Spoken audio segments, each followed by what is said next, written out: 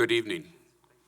I'd like to call to order the Committee of the Whole for April 27th, 2022 at 7 p.m. in the Francis Hutley Cooper Council Chambers. First item of business, Pledge of Allegiance. Please rise. I pledge allegiance to the flag of the United States of America and to the republic for which it stands, one nation, under God, indivisible, with liberty and justice for all.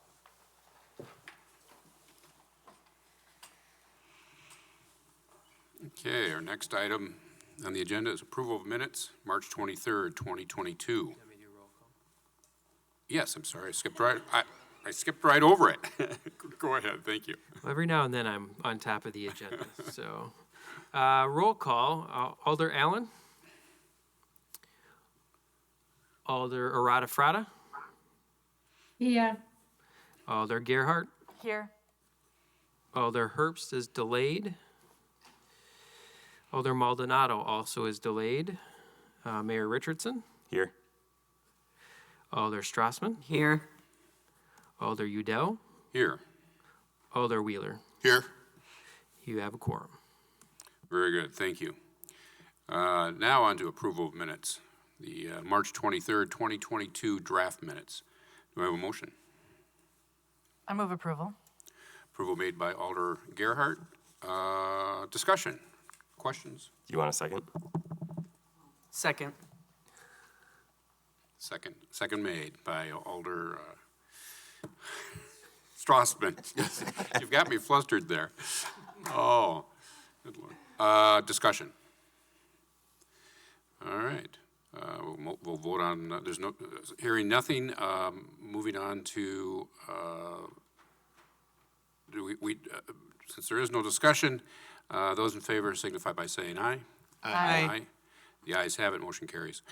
We'll move on to public appearances for non-agenda items. I see no one in chambers and anyone online. No, okay, very good. We'll move on to the agenda items.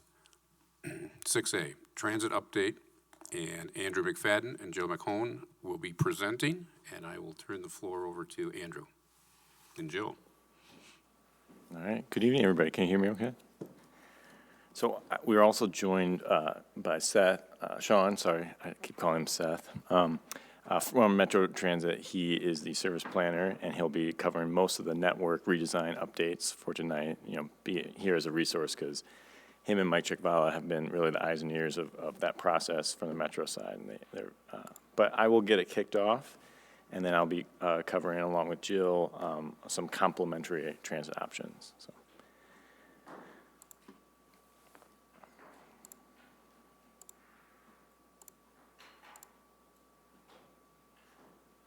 All right. Okay. So, yeah, as I mentioned, we're going to cover a lot of material tonight, hopefully about an hour. First with the transit network redesign process, then with the actual plan and some potential amendments. Then we're going to focus on some potential continuing service gaps, what complementary transit services might look like, and then some next steps.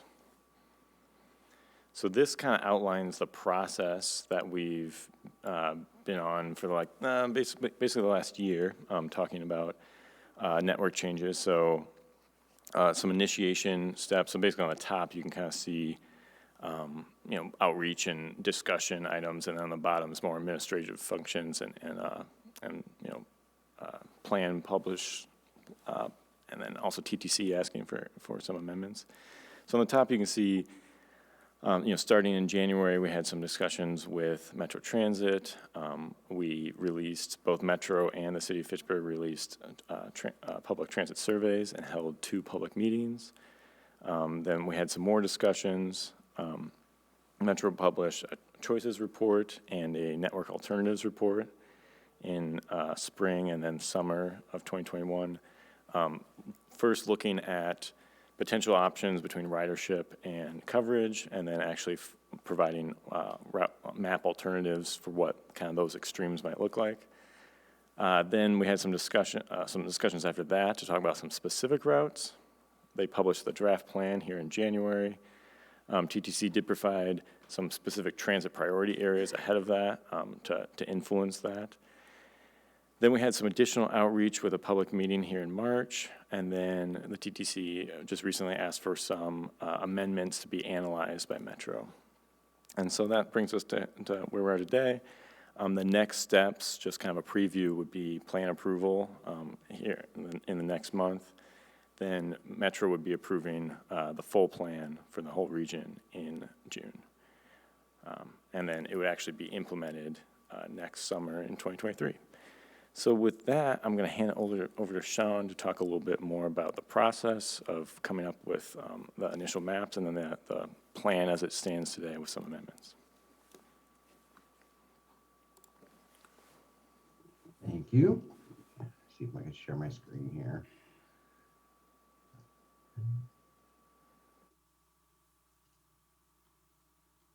All right. I apologize.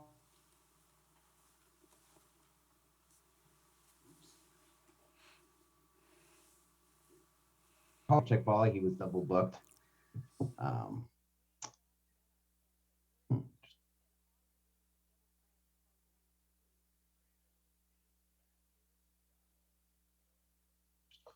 Okay.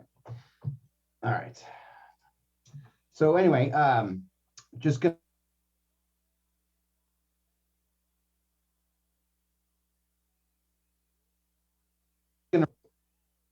sorry. Are you, can you see my screen? No, we cannot. We see you, but nothing as far as a presentation.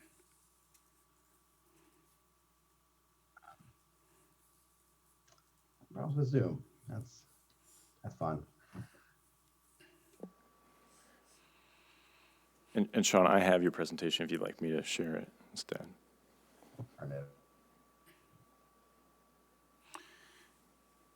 You may want to do that. Maybe that'll, with the bandwidth. Yep. Does that sound good, Sean? Okay. Sean, can you maybe turn your camera off as well? You're frozen. He looks very pensive. Yeah.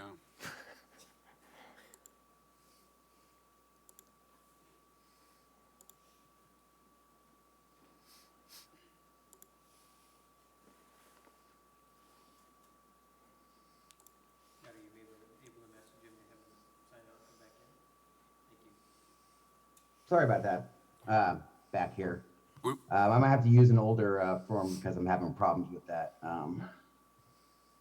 Here. Okay. Sean, you may want to turn your camera. If you turn your camera off, it might be in. That works. That works.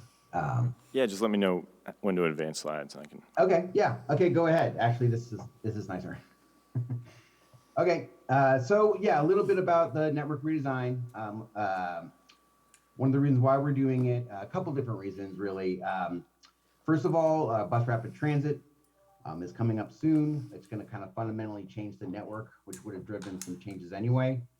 And then also, COVID hit, and we've kind of seen a new normal with different changes. And also, we've kind of found longstanding inequities, for example, with the transfer point system, where a lot of people that people of color and low-income people were further and further away from Madison, and they had to ride through transfer points, and so we're kind of straightening out some of the routes and eliminating some of the transfers required. So you can go ahead and advance. So yeah, this is the pre-COVID network. Has a lot of one-way loops. It's a pretty confusing route network. Lots of different route numbers. So we decided, we hired Jarrett Walker and Associates to go ahead and do a study. We used a lot of data to come up with a new route network. Go ahead to the next slide. So yeah, this was I was talking about before. We're trying to kind of anticipate future needs to complement BRT. Next one, please. So the transit network redesign is related to the BRT project, but it's not the same thing. We're kind of looking at areas that are more outside of the BRT network as part of this. Go to the next one. So yeah, this is just kind of basic transit planning 101. There's two goals that are often competing for ridership, which concentrates routes to be more frequent, It's easier to use, easier to understand. And then there's coverage, which spreads out the service a little bit more thin, but also gets to more areas.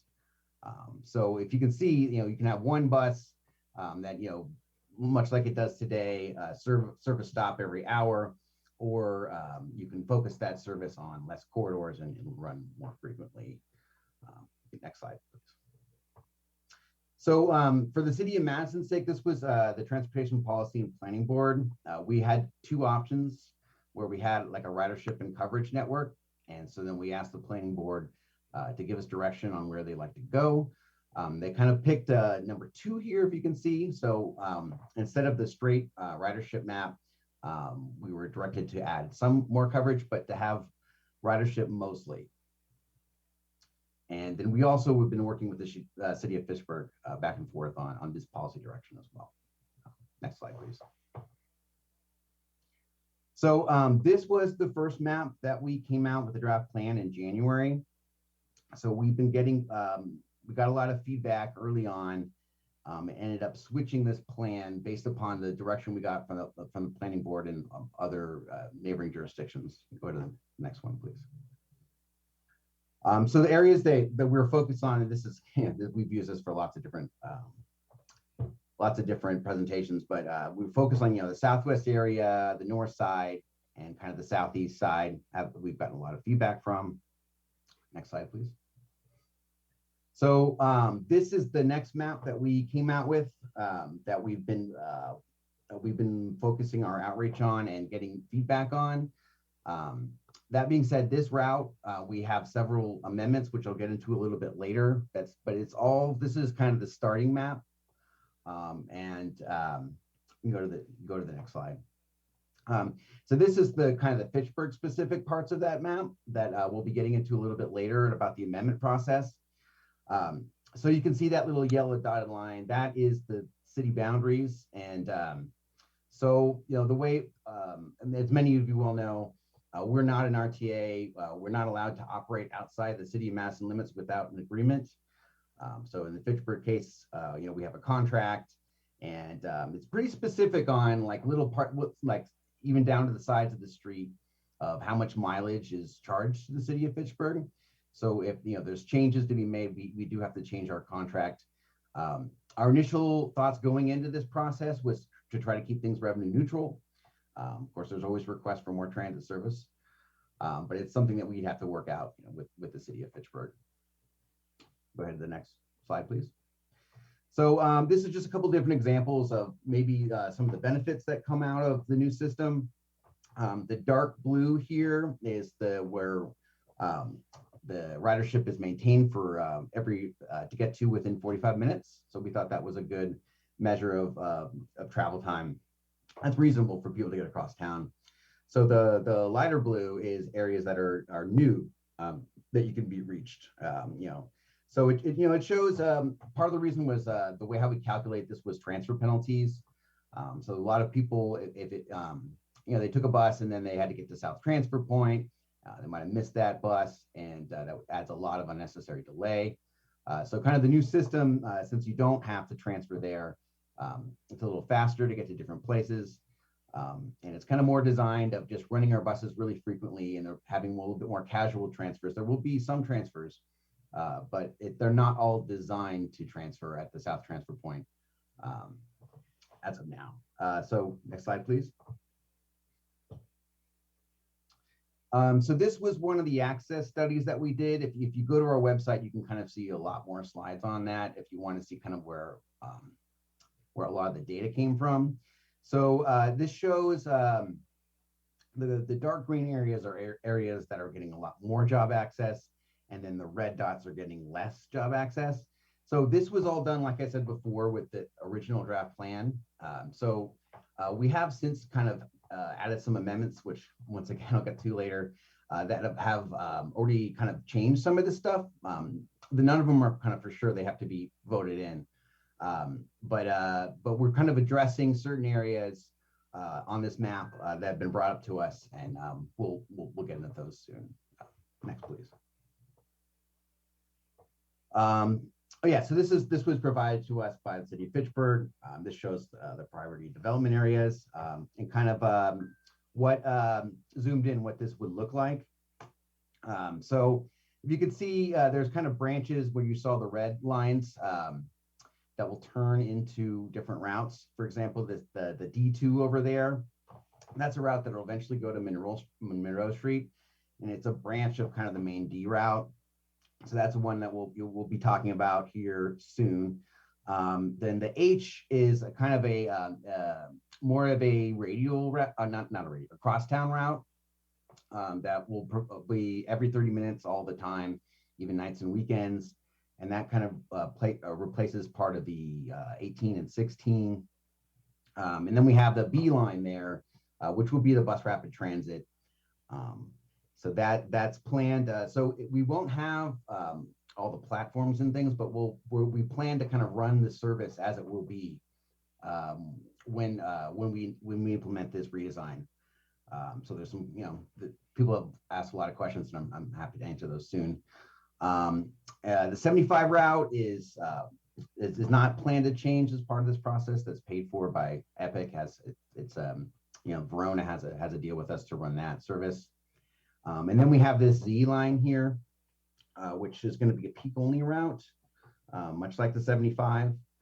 And it'll go to either the square or campus. And that's part of the amendment process that we'll get into on the next couple slides here. But next slide, please. So yeah, just to wrap this up a little bit more, I kind of been over this a little bit. But yeah, we're trying to simplify the system, make them faster and straighter, especially for folks that are a little further away, so to have faster service that doesn't require as many transfers. Next slide, please. So yeah, part of the amendment process. So we're starting with that draft plan. As transit planners, we've kind of come up with different feasible changes that we can make from the feedback that we've gotten from our different outreach efforts. And in this case for Fitchburg, Fitchburg could vote on these different amendments. And some of them do have costs. Some of them are cost neutral. So that's another thing that Fitchburg will have to make sure that pencils out if they do want to increase service, which we would love, but we have to work with the city. Next slide, please. So what we're trying to do is there's some amendments already up on the website for kind of different areas in Madison. Right now, we're still collecting feedback. We will publish those amendments next month on the website. But that being said, I can get to some of the kind of broad concepts that we've come up with on the next slide, if there is one. I think there is one. Oh, there is not one. Can you move back to the Fitchburg specific map? And thank you so much for saving me here. I had a Zoom crash. That was embarrassing.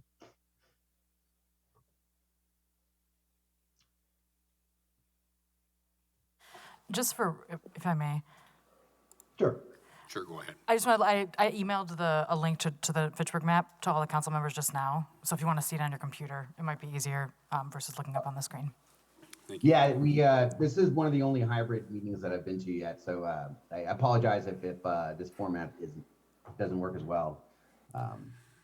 So yeah, this is kind of the breakdown of what amendments we're thinking about that we need your feedback from. We did get just start up in the kind of Allied Drive area. We originally just had it go straight down Allied, which was a little bit faster than what it does now. But we kind of came up with this compromise where it goes down Genuine. And so it gets a little bit closer to some of the other housing over there in the Fitchburg area. So right now, when it goes down Allied, you can see that kind of city boundary there. That's in the city of Madison. But if we did shift it over to Genuine, it wouldn't be too much, but it would be something. And I wish I had exact cost for you. We can definitely do that for our next steps. But so it was kind of, we've got an ask to go, as far as Red Arrow, but we're looking at possibly going to Genuine, to get a little bit closer to some of those folks up there in the east of Allied Drive. So that's one of the amendments that's been discussed. A bigger amendment would be, which we've heard a lot about, is extending the BRT down to Fitchburg City Hall and the library there. So that's a bus route running every 15 minutes. It would be a lot more expensive to do that. There's definitely a cost involved. We also have kind of future plans for building more charging. It's going to be an electric bus, so that has kind of unique issues that we don't have with diesel now. It's going to be a kind of a catenary system where it charges on top of the bus. So we need an area to do that down there if that was going to happen, if that was going to be extended. I mean, it makes sense as a transit plan, and I know that there's more development plan down there. But that, it definitely is not cost neutral to do that. And it's also been brought up if we kind of extend every other bus. Basically, I don't want to get too much into logistics speak, but it's not really feasible to do that. First of all, we'd have to have two separate chargers. And second of all, it's not quite far enough to really save us that much money because the bus would just show up right behind the other bus. And then for the Z amendment, there's been, we originally had it penciled out to go to the square. Some people have expressed that they wanted to go to UW.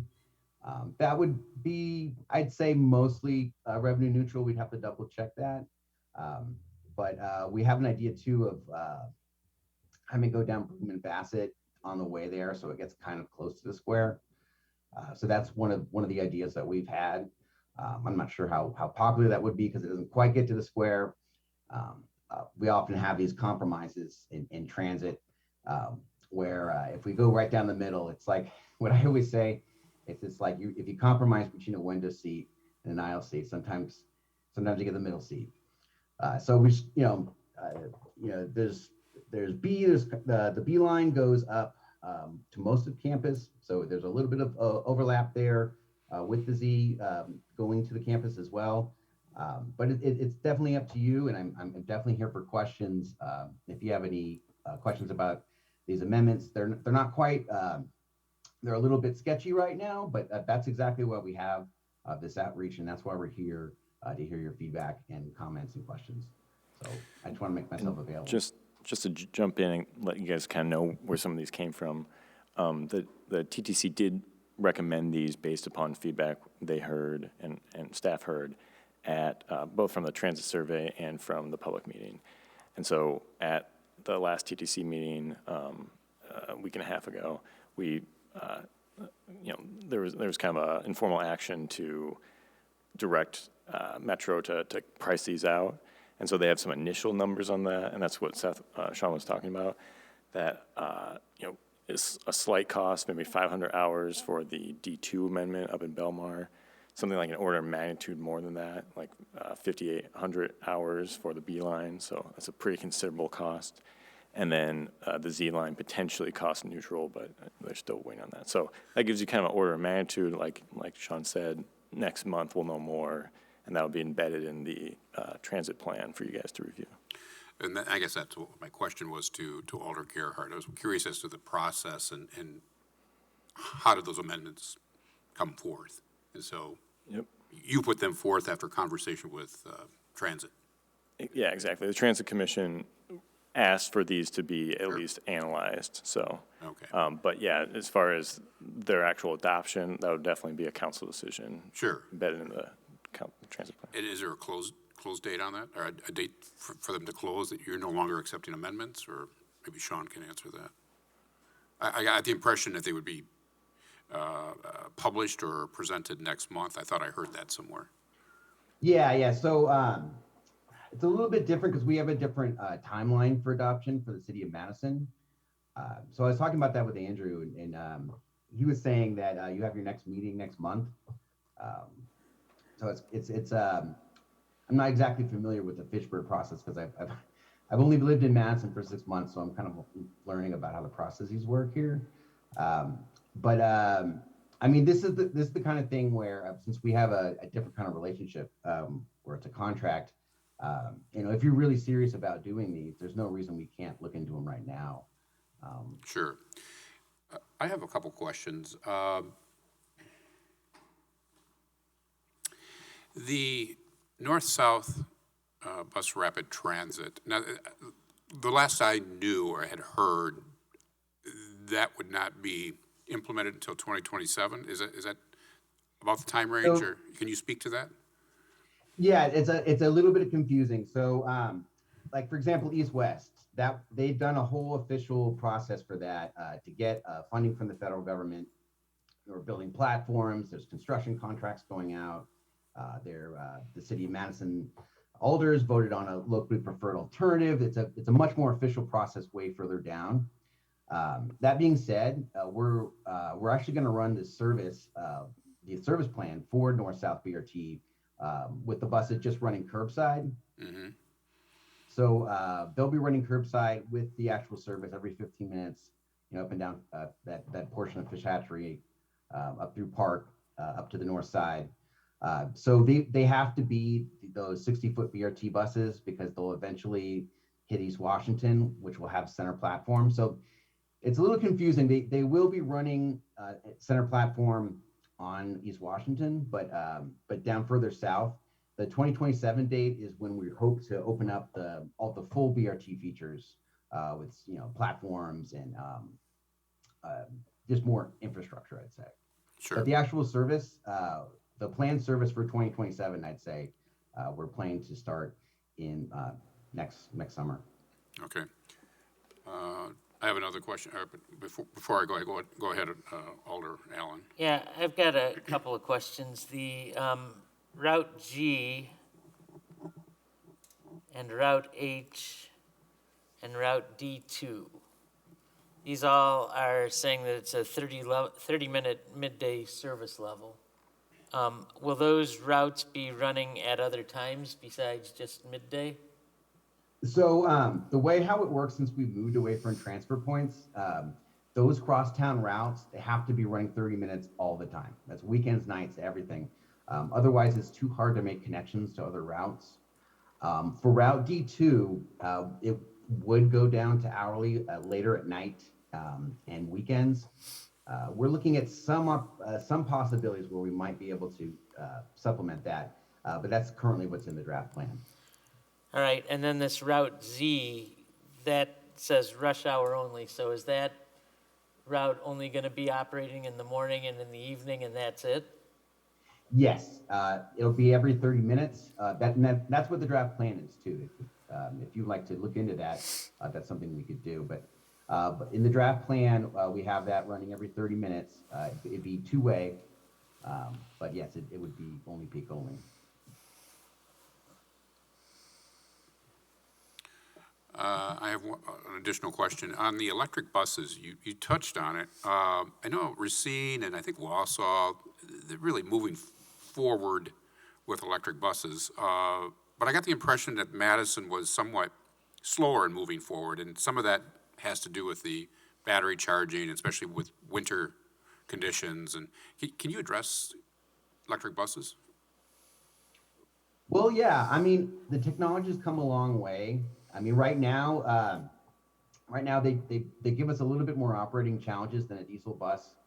For example, for the north-south line, our initial rollout plan is to do depot charging, where they just charge up the full and then they go out there, but they're not able to run what we call a bus block when the bus is out there all day. So they'll be a little bit more expensive for us to run initially because we have to pull them back into the yard, pull out another fully charged bus. So they bring some new challenges. They also have some benefits where the maintenance is a little bit less money due to less diesel parts and the way how the lubrication works and things. But it's there's a lot of federal money out there for electric buses, so we feel like we need to take advantage of that right now. Mm-hmm. And I'm sure the other communities that I spoke to are doing the same thing. So they just seem to be a little bit more, I say, progressive. A larger number of vehicles within their fleet appear to be electric. So anyway, is there additional questions from the committee? Yes, Alder Gerhard, go ahead. Thanks. Andrew, I was just wondering, just for public understanding, like I've seen these amendments a million times, but I was wondering if you could pull up the draft interactive map zoom in on the 3 areas and just like kind of with the cursor run over it so people that are watching this meeting can understand what the forthcoming amendment will kind of look like? That Google Maps link. Yeah, that's what, Yeah. I think Andrew- If Andrew could, thank you so much for saving me here. Yeah, like I said, Mike's done a million of these things. This is like my second one I've done, so I appreciate the help here. But yeah, this is you really do need to zoom in this area to kind of show what that looks like. Yeah, do you have any questions here? yeah, if Andrew, I mean, or Yeah, Sean or I Andrew, can- if you can just walk through the streets, because we've been getting a lot of specific questions about this area in particular, and so I just think it's good for the council to kind of know where precisely, and if you could actually talk about the streets, because this, I think you can see how pale this is.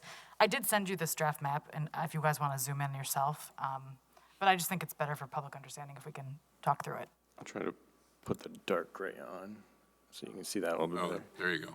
Oh, yeah. It's nighttime now. Dusk has settled. All right. So, It's the power.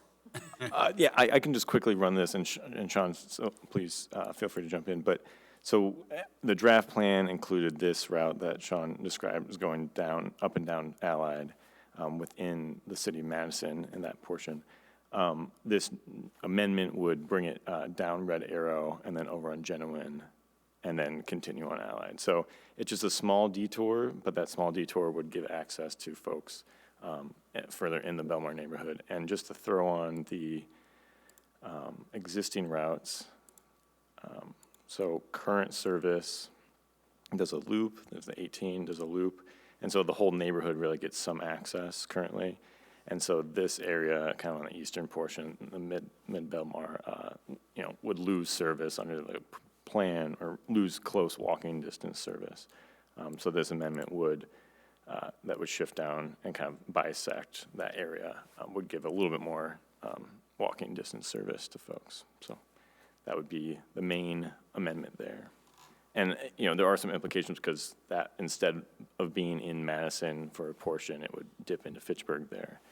But it would provide more accessibility for folks. Yeah, it just kind of gives a nicer walk shed for folks in that area. So that was the thought. Mayor Richardson, you had a question? Go ahead. So is the idea that if it's more down the middle of that neighborhood, then hopefully everyone has a little bit shorter versus when it's on the edge? Is that essentially the thought behind that? Yep, exactly. So folks, I think there's some kind of higher density units on Thurston and Red Arrow, and so they would obviously have much shorter walks. And then similarly, even down at Crescent and Red Arrow, you would just have to walk up to Genuine. So, and that's really the coverage versus ridership trade-off. But in these sorts of cases, just a slight deviation could give people a lot easier access to the service. So. There's a bit of a pedestrian challenge in that area as well, down like Crescent. Mm-hmm. You have to like walk all the way down Crescent and up Allied to get to that current like mapped bus stop versus there's no real like way to cross. I don't know if Andrew can point out. There's no like connection there. So you can't like diagonally cross up to Allied. So it is a much longer walk from that southern part of the neighborhood, just because of how the pedestrian network is in this particular area, which is why that coming down to Genuine is actually much faster walking, even though it doesn't maybe look like it just map-wise. It's blocked by Allied Park.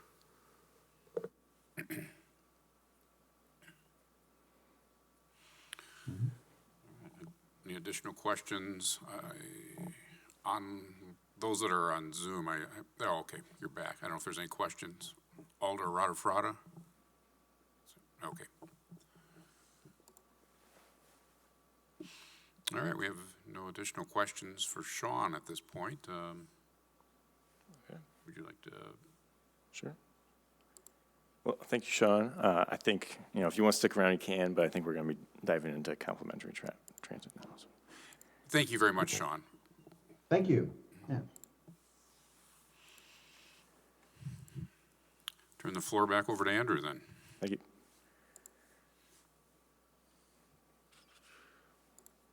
All right. So although this goes a long way, one way fair to these changes, this happens every 20 years or so, these large network redesigns, and there's a lot of kind of regional shifts that are happening. But there's still potentially some continuing service gaps, and I hate to jest, but who, by show of hands, who rode transit to get here today? So, clearly there's a gap to get to the Civic Center campus. Not to say that that's the most frequented location in the city, but it is a clear gap. There's other gaps potentially, intercity trips between different areas of Fitchburg. And then there's also, and why Jill's coming to me is, the senior center shuttle capacity is really limited. Folks, as we'll kind of continue, folks are utilizing it and potentially that's because of its limited capacity, they're limiting their access to services there. So I'll kind of run through some examples. For example, in the area we were just looking at, a crosstown trip from Belmar over to Fish Hatchery Road.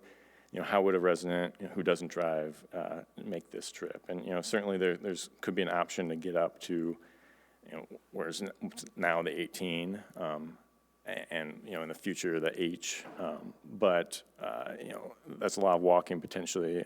That could be a fairly long trip versus in a car that could be 10 minutes. Right? Similarly, how does somebody get from Lacey and Sain over to the shopping center at Orchard Point? So I think these sort of crosstown, I think this has been known for a long time, since the 2010 transit study, the 2015 intercity transit study, and we still have the kind of this lingering issue, and unfortunately the network redesign isn't going to fix that necessarily. And what we can do is start using some data to potentially map out where the most heavily utilized intracity trips take place. So this is streetlight data. It's kind of a misnomer. It's origin destination data provided to us from a firm by the MPO. They have access to it. And so what we did was just kind of map. So these are all zones within Fitchburg. We also did have all Fitchburg. So we had kind of wards and we split them up. And this shows roughly 43% of weekday trips in 2021. And this is the 26th highest, which represents almost half of the intracity trips. And you can see most of these, shown in green, are not served by the future transit network. So the ones in purple could be. This is high level, so these are not specific trips. But what you see in kind of the circles is these are intrazonal trips, so folks traveling within 19, this zone 19 or zone 18. So potentially some of those, up to maybe 10% of trips within, intracity trips within Fitchburg could be served by the future proposed transit. But certainly we're missing a lot of potential riders who may not have any other options or who would take transit if it was available. So I think that's really one of the main gaps, and that manifests itself for the senior center and the civic center campus, but also for other destinations as well. Any questions about this? I know that's a lot of data that we just kind of threw up there. Okay. No, I don't believe so. Okay. And so, also, certainly the current access to the civic center campus. So we previously had the 49 coming during commuting hours and 59 coming during the weekends. So that there was some access in some parts of the city to the civic center campus throughout the week. In the future transit network, there will be this Z route that would access the east side during commuting times, but no other times will there be transit directly adjacent to the civic center campus. And then with that, I'd like to maybe turn it over to Jill to talk a little bit more about the senior center transit and capacity issues. All right. Good evening, everyone. So first, I just want to thank Andrew because he's done so much work, and he's the facts, and I'm really just the emotion behind all this. So before I even start talking about that, I was looking at some notes, and I have been advocating for transportation since 2001. I looked back, and I started writing grants, CDBG grants, in 2001 to 2004 to pay for supplemental transportation for seniors. After that, I went to the Friends Board, and they paid for supplemental transportation all the way up until 2012. And I thought, what happened then? Well, I was working on the addition, so we got the addition, and I think I just gave up. And then 2015, the city picked up a couple studies, and so it's been an issue for a long, long, long time. So I'm happy to be up here today. I feel like the city's closer than they've ever been to expanding transportation, not just for older adults, but for the whole community, because I've seen it grow. I will start my 30th year here, so I do have some institutional knowledge of how people can and cannot move around the city. So for our transportation, I know it gets really confusing. We do have a shuttle, but I don't have any control over that shuttle. It is a county contract provided to us, funded by, it's either 8520 or 8521 money. We don't get to say how many hours we need. We don't get to say where the destinations are. That funding is used primarily for nutrition. So under nutrition would be grocery shopping. So the county says, our whole goal is to get people here to the senior center for lunch. All right, that's great. And then we want to be able to allow them to go shopping so they can meet their nutritional needs. So they'll give us 2 in-town shopping trips and 1 out of town. Now that grocery stores or general stores like Walmart have grocery stores, they can do both things. So again, they make the schedule. I don't get to make the schedule. As our ridership has grown, thanks, Andrew. This is the schedule they give me. So our hours technically are 9:30 to 2:30. But what that means is the first pickup is at 9:30 in the morning, and the last drop-off has to be by 2:30. So we'll show a map where everybody's located, but they cram in. We have a bus that seats, I think, 10 and then 2 wheelchairs. Most of our lunch routes are about 15 people on the average, all over the city, and you'll see that. 3 days a week, they're going shopping. So we have one driver that's covering the whole entire city, trying to get people to lunch, trying to get people shopping, trying to get them to the food pantry, which is something that the county tacked on just last year, which is great, but it really leaves little time for anything. Some people will get here as early as 10:30, and we feed them at noon. Some people will get here as late as 12 o'clock. So sometimes they're on the bus longer than they're here to eat, because generally, that bus has to take 2 trips to take people home. So usually the way that and then again, I don't get to say who gets to be picked up first or whatever, they kind of zone it out. Oftentimes, those that get here last have to go home first. It's just the way that the routes work. You know, they have to make it economical and cost effective for them. Does everybody get to eat? Yeah. But I can guarantee you, not everybody wants to just eat. They want to be able to do exercise. They want to stay and play cards. They want to do all these other things that the city is so generous in funding. My salary, a beautiful space, tons of volunteers that do programs, but all they get to do is come for lunch. If they're lucky enough to be in zone 1 and they get dropped off at 10:30, they might be able to participate in exercise. If they're not so lucky, they get here at noon, they get to eat, and then they go back home. Now the county says you can only be on the bus for an hour. Sometimes people are on that bus for an hour 15. I can tell you years ago, I got a contracted provider. Well, they let them go because those people were on the bus for like an hour and a half. And I said, this just can't happen. And they couldn't provide any more buses either. So I don't really have any say with that transportation.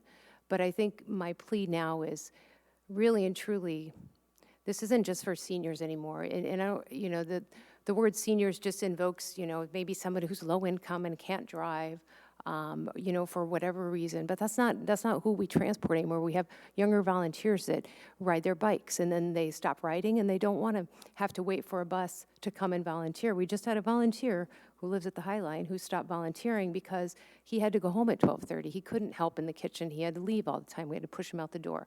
We have other volunteers, their family, a husband and wife, they have one vehicle. And, they don't want to have to share that vehicle. They could pop on a bus and come on down if there was more accessible transportation. So there's a lot of people that need transportation for a lot of different reasons. And, I think just getting to the Civic Center with all of the other things around here is an important thing anyway. So I gave Andrew, various addresses of people that driver has to pick up every day. So as you can see, the green dots, if you guys can see that, not the ones with the yellow circle in the middle, but I can just tell you, just looking at the map, pretty much every day they're going down to Irish Lane, they go over to Anton Drive, they go to Leopold Way, they go all the way over to Clayton Road, and then the apartments, they'll stop at the High Line on Traceway, oftentimes Chapel Valley Road, and most recently we just picked up a client on Schneider Drive, so that's way down there. So we got them all over the city, which is great. I can tell you we don't advertise a lot of transportation. We don't push it because it's just getting overwhelming now to get people here. We've had people that want to come and exercise and they're happy to stay for lunch, but we can't get them here anymore, so they've stopped coming. So the need is there. It's only going to get more. Andrew also highlighted the apartment complexes. Those are the green dots with the yellow. So you have two on Chapel Valley, one being McKee Park Apartments, the other one Chapel Valley. So altogether, that's probably about 150 units. The High Line up on Traceway in Fish Hatchery is 160 units. And then soon to be opening August 1st is their goal, will be 100 units on, I didn't know the road was called Blaney, but it's on that corner of Lacey and Haight Farms where the roundabout is. So that one's slated to open August 1st with 100 units, and then we'll be adding on 60 more units with the town of Madison, Novation Commons. So it just feels like this is the right time. And you know, I've talked to the administrator, I've talked to anybody that will listen. You know, do I go it alone? Do I get my own bus? We have a very generous friends group that is willing to buy a bus. Is the city gonna pay for a driver? Do we subcontract? But I think it's time to look at the broader scope as well, the bigger vision of all the people that need to be transported throughout the city, you know, as we build housing behind us. Again, looking at extending that Route B down to the Civic Campus makes sense. I know that it's probably not cost effective, but you know, over the years I've watched the city improve roads, build bike lanes on roads, bike paths, talk about environmental things, but we never really put the money into more transportation that's really going to work for the majority of our populations. You know, being able to ride transit and not start your car every day seems like a really important topic that would tie in with the environmental goals that the city has. It's great that there's bike trails everywhere. I'm a biker, I love that. I would never want to pit, you know, public transportation against bike trails, but it just seems like we keep rehashing this over and over and over again, and we kind of never pull the trigger. And now that the city is 30,000+, it just seems like the right time. And I understand there's the financial impact and what does it cost, you know, per passenger to run this bus and stuff. But not every project, from what I can tell, the city doesn't say, are we going to make money on this, or is it, you know, really, really going to be cost effective? To me, that public transportation creates a livable city. And it just seems like this is the right time, whether it's just we start out small with older adults. I mean, I look at kids that, you know, we share some kind of microtransit that kids can use in the summer and go to the splash pad. And, you know, I'm definitely an advocate for older adults, but I'm also an advocate for moving people around a city. And so that's why I'm here today. I feel like I kind of just nuzzled my way in. Like, it's really nice to have Andrew here, to have someone that's very passionate. You know, it's been a struggle over the years with different city employees and turnover, and it's just been hard to focus on this, and I feel like now is the time, so.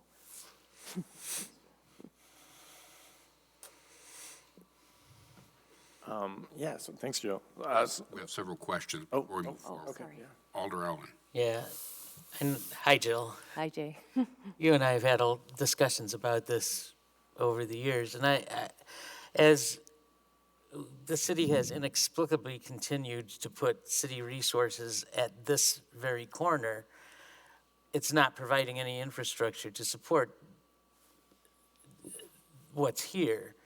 And as you know, that's been an enormous frustration of mine. I think we probably need to seriously look at creating a route that somehow connects to the Madison metro system, but but serves the residents of the city who aren't far enough north to really be able to use the system. We're taking on 3,300 new residents who are going to have no access to the library unless they happen to need to go to the library in the morning and go home in the evening, which I don't know anybody who operates that way who uses the library.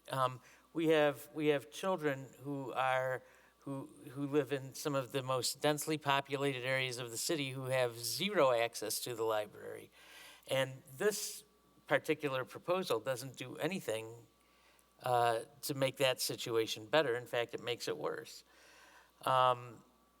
So I agree with you. I think we probably need to just have a Fitchburg route that runs back and forth from the east side to the west side. And yes, it's going to cost money.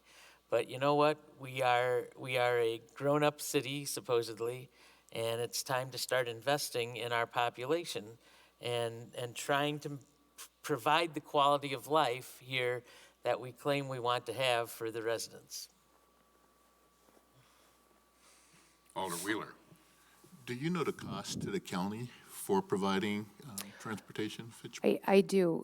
So I reached out to the county. So every focal point, senior center, has a county contract. And Sun Prairie, they opted to take the money and do their own shuttle. So they purchased their own vans. So we could possibly get about $20,000 from the county, and they would no longer transport anybody for lunch or anything.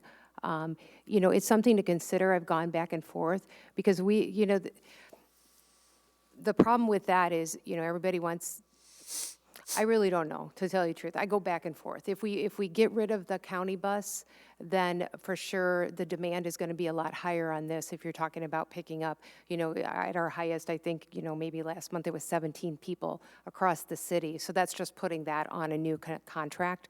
But if we can supplement what we have with the county,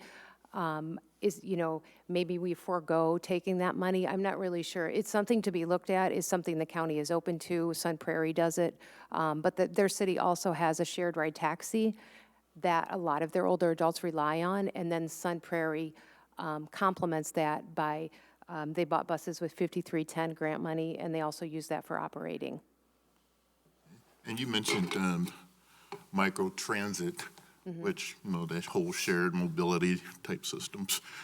I guess my question would be, and I don't know who would answer it, maybe Chad, who would be responsible for looking into that as far as coming up with some type of plan or applying for grants or whatever? So as Jill mentioned, she and I have had some conversations about this, and my recommendation to Jill has been to work with Andrew and other partners throughout the county to really bring options to the council for consideration. Whether that's the city is going to operate and own its buses and hire and train and schedule its drivers, or whether we're going to buy a bus and contract to somebody to operate those buses and take care of some of those administrative duties related to it, or just straight out, do it ourselves or contract it all out, whatever the case may be. But ultimately, I think the best course of action is to present the council with options to consider and estimated costs and funding sources. And we do have some of that here tonight to share. Okay, I think we have another question from Alder Maldonado. Go ahead. Sure. Andrew, can you put up the map with the proposed routes? Sure.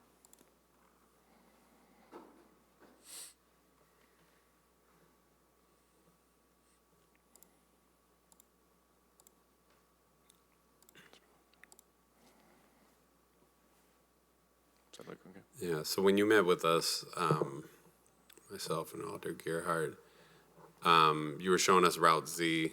I think that's the one that kind of cuts across the east side of Fitchburg, right? That's right, yep. So that goes directly to the campus, city campus, but then when you look at the BRT where it stops, half a mile short of, it was mentioned that it would, extending that out would cost. What would be the cost of extending that BRT route from where it stops until City Hall? Yeah, so right now, what I got from Metro was roughly 5,800 hours. And so the net cost to us would be about $730,000. We could apply that to our new transit funding, so get that basically cut in half. But, you'd still be looking at, $360,000. And then I think we also talked about it estimated how much time would it take for somebody to say get from the end of the BRT route, like all the way around to City Hall if they were to take the BRT and then Z? How long would a trip like that take? That's a good question. I haven't mapped that out. I forgot what the answer was there. But, I mean, certainly, I think there could be some other options. If you're taking the Z to the G over and then back down versus going all the way up into downtown. So, it's hard to say without the full network, mapped out and what the time transfers would be. But, it would be considerable, at least 45 minutes, I think. Yeah, I mean, it's a really long route to get a half a mile. I'm just saying, I'm asking all those questions to make the point that, this is, I guess, the most important space in the city, holds our police department, our government, our library, our senior center. And it's, basically inaccessible to the most populated areas of the city. It deserves an investment, and we need to find out ways to be able to make that happen, whether it be every half other route gets there, or finding some sort of alternative. But it's a no-brainer that our buses need to go to this building that we're in right now. Additional question?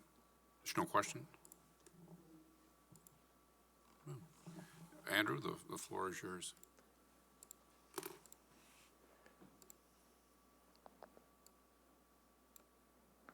All right. Thank you. And thanks for setting up this next section. I appreciate it.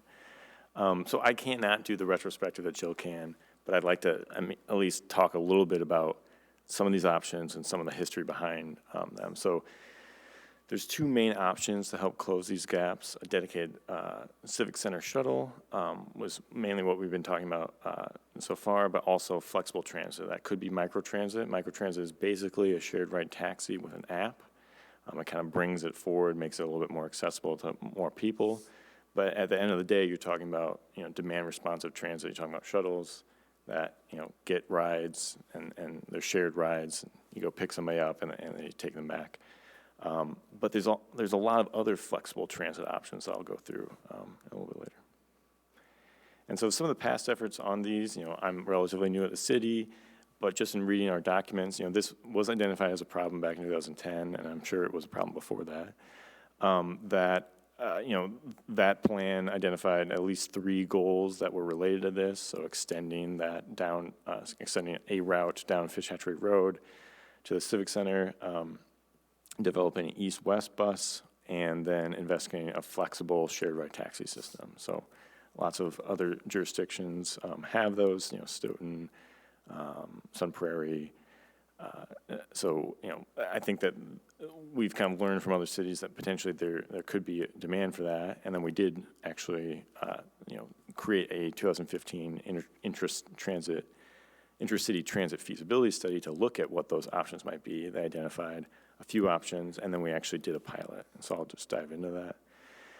So the intercity transit feasibility study looked, kind of defined 4 households per acre as the minimum residential density. They looked at what maybe our unmet demand might be based upon some density and what our demand at that time was, what our actual transit demand was. And then they introduced 3 options: a shared ride taxi, a flexible bus, and a fixed route. And they ultimately concluded that the former 2 options, the more demand-responsive options, would make the most sense purely from a cost perspective, kind of early on, saying that demand-responsive transit operates better on some of these lower density routes until you can get enough demand to put in a fixed route. And then from that came the Fitchburg ride-sharing pilot, and so that operated from 2017 to early 2019. That was based on a per-mile basis. There was some cost kind of passed on to the rider if it went outside of the city boundary, and then there was some analysis done. Overall, there was relatively few unique riders. I think 10 riders made up 75% of the rides completed. And the average cost per ride is shown there as $8. This was kind of the network, so it went from basically metro bus stop to metro bus stop, but also some other, the Civic Center, the parks, that sort of thing. And so the feedback we got was that, they liked having the option, they liked being picked up, they thought it was inexpensive, but ultimately, folks felt like the rides didn't show up, they had to wait a long time, sometimes they didn't recognize the vehicle, and sometimes the drivers were unkempt. And the pilot recommendations were really, can we broaden this? Can we go to, door to door, or can we go to other places outside of Fitchburg? Make it more I guess, accessible to folks to use it elsewhere. And so, I guess I want to give, the council some options for what might be potential, basically stepping stones to a fixed route, potentially. So these are illustrative. They're not necessarily, they're certainly not something I'm proposing, but I just want to kind of give us an idea of what a route or several options might look like over the same geographic area. And so you see kind of some of the elements of design, where these vehicles are operating. What's the boarding and lighting locations? People's houses, door to door, curb to curb, or stop to stop. What the schedule is it operating on the weekends? Is there advance notice requirements? Any of these sort of flexible or demand responsive options would require somebody to ask for transit versus just showing up at the bus stop. And then what are the fares? Are there separate senior rates? Is there fare integration with transferring at metro stops? All those things I think would be questions to consider, and they certainly have a lot of implications in kind of the budget that we'd be talking about. So this is a fixed route. Like I said, I matched this up with kind of the O&D that we saw earlier, that maybe this could help, but certainly, again, not prescriptive, not saying that this would be a route, but this could connect, east and west to some degree. It would match up with some origin destinations, and would match up with potentially some existing or some proposed metro regional, high-frequency transit. So, connecting the Civic Center to those other hubs might be an option. And so that would be the traditional fixed route. It would run on a loop. In this case, it takes about 24 minutes. So you'd still have some layover time in case there was any delays. And so, going a step further, what about route, deviated fixed routes? And so what you see here are potentially places where, in purple, where if somebody called ahead, the bus could deviate from that fixed route to go pick that person up and then continue on its way. There's also another version of this called request stop, and that would be if these deviations are fixed, like for example, if the McKee Farms Park is a fixed deviation, and then if somebody, either by pushing a button at a bus stop or calling ahead, notifies the transit agency, then they would make that, but they're not going to go to somebody's house necessarily. So that's a little bit more rigid of a deviated fixed route option.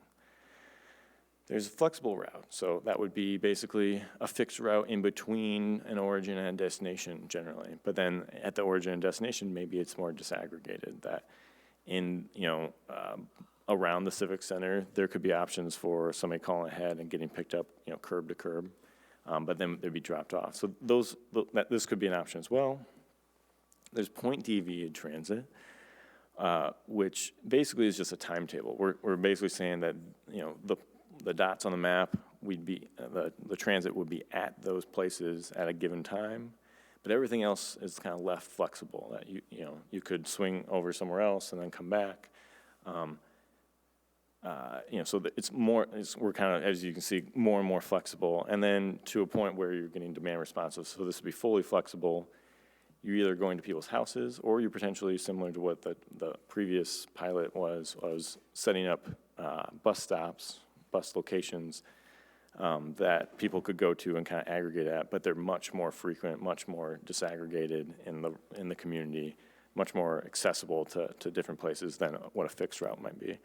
But really, this would be a smaller shuttle, probably multiple shuttles to handle this sort of demand.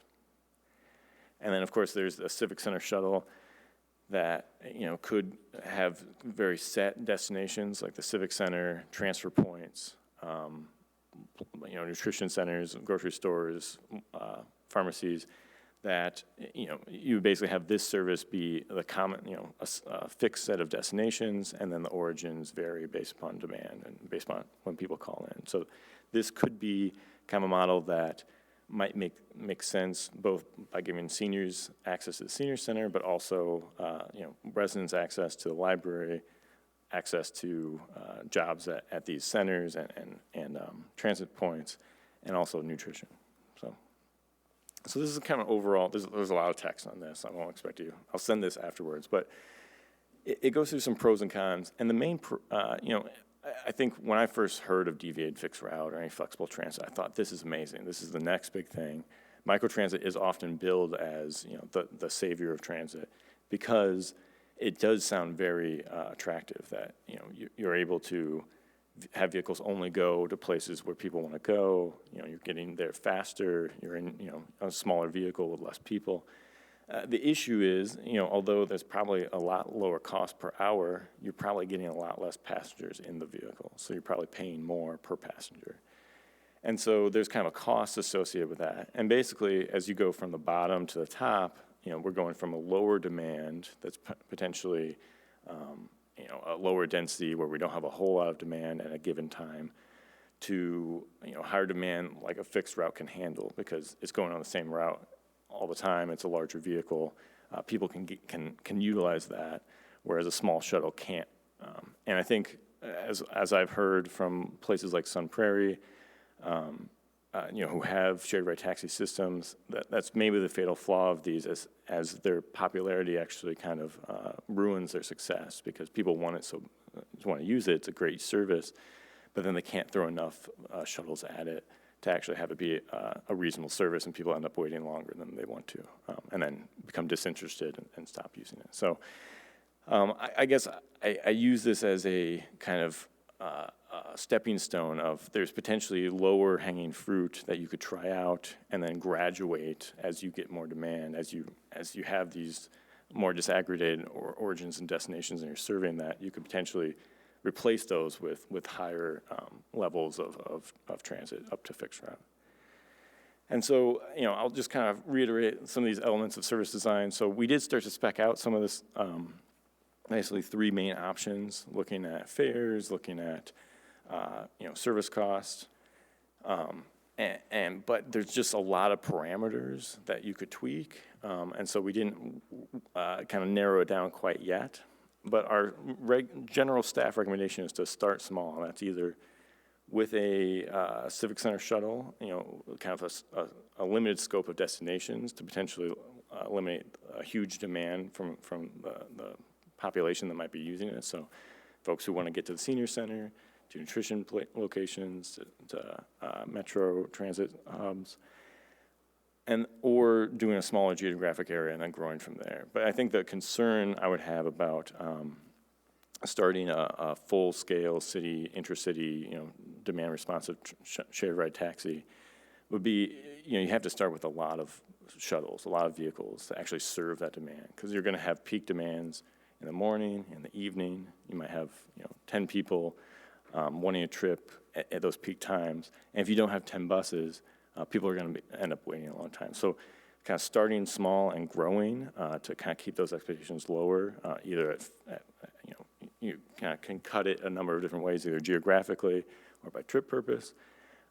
That's potentially going to be more reasonable to kind of start slowly and grow. So evaluate, change, and then expand. And with that, the next steps. Our main kind of next steps, talking about Metro Network Redesign, is May, coming before you guys and the committees.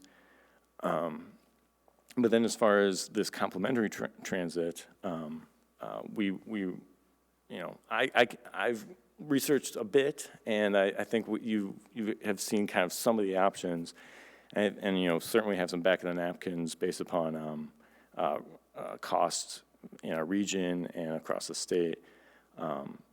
But I think to be most prudent and kind of get us to that next step of getting a contract and making sure that it's written specifically enough so that we're getting the service we want, we have a proposal to go for a TAP grant on June 3rd to use potentially some of the ARPA money for a planning study to both collect some of these options, package them together, and then get a proposal to you guys in the fall. And then obviously in June, Madison's going to be approving the network redesign. June to July is the capital improvement plan process, and both Jill and I put in for a senior center shuttle. So we have that kind of as a placeholder. That would be roughly kind of the net cost, although costs have significantly increased recently. Could be as low as $30,000 with grant funding with an 80-20 split. So it could be relatively inexpensive to obtain a vehicle, but the operating cost along with that is probably very similar. We could use grant funding to again, basically similar to our transit funding. 53% of that would be covered by the 8520 funding, but that still works out to be roughly $30,000 per vehicle. That just to hire a bus driver and pay their wages and gas and insurance, based upon peer cities in the region. That would be roughly the cost. So then that would be kind of the operating budget side of the house. And so I think we have a lot of ideas right now. We want to make sure that we're giving you something specific during the capital and operating budget seasons to make a decision on. And then, as I mentioned, fall is the feasibility study. December would be when we would actually be applying for operating funding from Wisconsin. So with that, I know that was a lot of information. Do you have any other questions? Mayor Richardson. Yeah, there's a lot of needs and not an unlimited budget, unfortunately. I think, my dad owned a school bus company forever, and I think, probably contracting is going to be the best way. I just don't know with the regulations and costs how we could run it ourselves. You talked about starting small. How, and this is really for both of you maybe, how feasible would it be to start on Mondays and Thursdays? We have this flexible schedule. It can go more around the city, just maybe a couple days a week. And people will learn, that's when they try and schedule appointments and stuff like that. Is that possible? I mean, to start, when we're starting small, ideal is have it all the time, obviously. Is that something that is possible? I don't know what challenges I would face. I think so. Yeah, I think it's definitely possible. And specifically if you have those, similar to what the senior center shuttle does, of, Hy-Vee one day, Target another day, that you can kind of coalesce on these common destinations. And so potentially, even if you ran it every day, you would have different days be assigned to different locations. And that way you would still have some, certainly folks would still be coming here, but you would have those economies of scale that you would get from coalescing those destinations. When I think Jim's comment about taking the county money, I think, whatever we did, we would hold on to that money because that would lessen the demand on anything we started with. And maybe we just say, it is just now for lunch, and every other ride that you ever need goes on this shuttle. Because, we talked a lot about, who's going to use it? How often are they going to use it? And, I can only speak to what we can offer. We don't offer a lot of transportation except for lunch. So if we just started to say, today you can stay for a movie, or you can go, to the farmer's market. You can, we don't offer any of that. And so I think that whatever we do, we hold on to that county money until we figure out if it's going to work, because I hate to just drop it and then go, oh, shoot, we should have kept that because now the demand is so high. So if we did just kind of start incrementally. But, yeah, when we did all of this subcontracting, I'm pretty sure way back then, Chad, 20 years ago, I was signing those contracts. But we just worked with the provider to do just that. Tuesday and Thursday, we would do, if you have medical rides, try to schedule them on these days, or if you need to go to the bank or go to the hairdresser. Those are the kind of rides that we were supplementing that transportation service with for nutrition. Alder Wheeler. You answered one of my questions. So you've been working on this for about 20 years. 20 years. 20 years. Yeah. And, for me, transit is important, obviously. I mean, I grew up in Philadelphia, and from my house, I can go to New Jersey. I can go all over the place. And, that's what we did.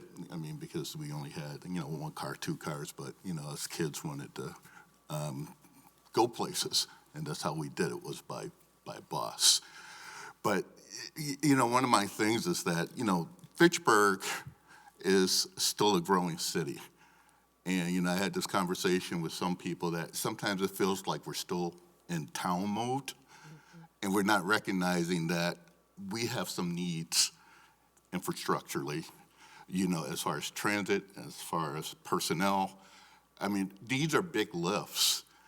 And I think sometimes we need to keep these in front of us to say that we got to really look behind us and see what we need to move forward.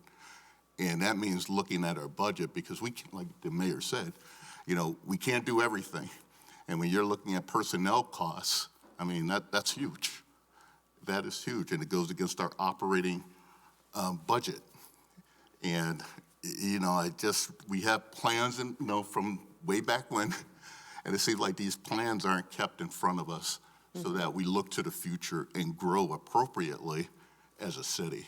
Yeah. And I really think it's time to start doing that. And I agree. We looked at, well, even before these grants that I wrote, we did start collecting money to buy a bus. This is probably 25 years ago. And we collected quite a bit. And then, after further research, hiring a driver, you don't need just one driver, because if that driver gets sick, everybody's out. I've heard people say, well, I'm sure you can get a volunteer. Well, that is just asinine. I mean, I'm doing the dishes when volunteers, I have driven a 20-passenger bus. I could do it, but, we can't do that. So, yeah, it would be very stressful to have one bus driver. You would have to have a staff of people that could drive a bus, because you can't just leave people hanging when drivers go on vacation or call in sick. So we talked a lot about that, and the contractual model looks a little safer. But us, like Andrew had talked about, and I didn't know you could do this, we buy the bus and then we sort of lease it back to the contractual provider, because, scheduling those rides too is a lot. We take all the reservations, everybody calls us, and then we just shoot it over to the transportation provider. All these people need to be picked up. We tell them where they want to go, if it's a grocery shopping day or the food pantry or whether, but then they do all of that. So, those are big lifts to be able to schedule and to provide a driver. So the contractual option looked a little bit better, for sure. We have several other questions. Alder Arata-Frada, and Alder Gerhardt, and then Alder Allen. So go ahead, Julia. Yes, thank you. So I think we need to include in the, in the analysis on the study is, you mentioned starting small. Do we need to purchase a shuttle? Can we lease a shuttle at the beginning, and then, and then we determine in the future if we really need to buy a bus? You know what I mean? So look at all the option about, leasing the bus versus purchasing the bus at the beginning. And I agree with what Jill mentioned, that sometimes, it's not, we don't need to hire only one driver, we need to have backup too. So, so I think we need to have all the option and the number on the table, all the data, and it's going to help us to, to make a decision. But I really believe that we need to have an transit option for in the city, and we need to look how we can make it happen, so. Thank you, Alder. Alder Gerhardt. Thank you. So thanks so much for this presentation, Andrew. I really appreciate you laying it all out like this. I'm a big obviously, this is an issue that's near and dear to my heart, as you all know. But I think we should really look closely at the possibility of a fixed intercity route in the near future, and there's a few reasons why. One thing that wasn't mentioned is that with a fixed route, you get paratransit service. So people that have disabilities can apply to Madison Metro to get paratransit. That's door-to-door service for them. And because if it was through Madison Metro, that's door-to-door service anywhere in the network of Madison Metro, not just in the city of Fitchburg. So we have the opportunity to have someone go to their appointment in Middleton or in downtown Madison, or get to a class in downtown Madison, whatever.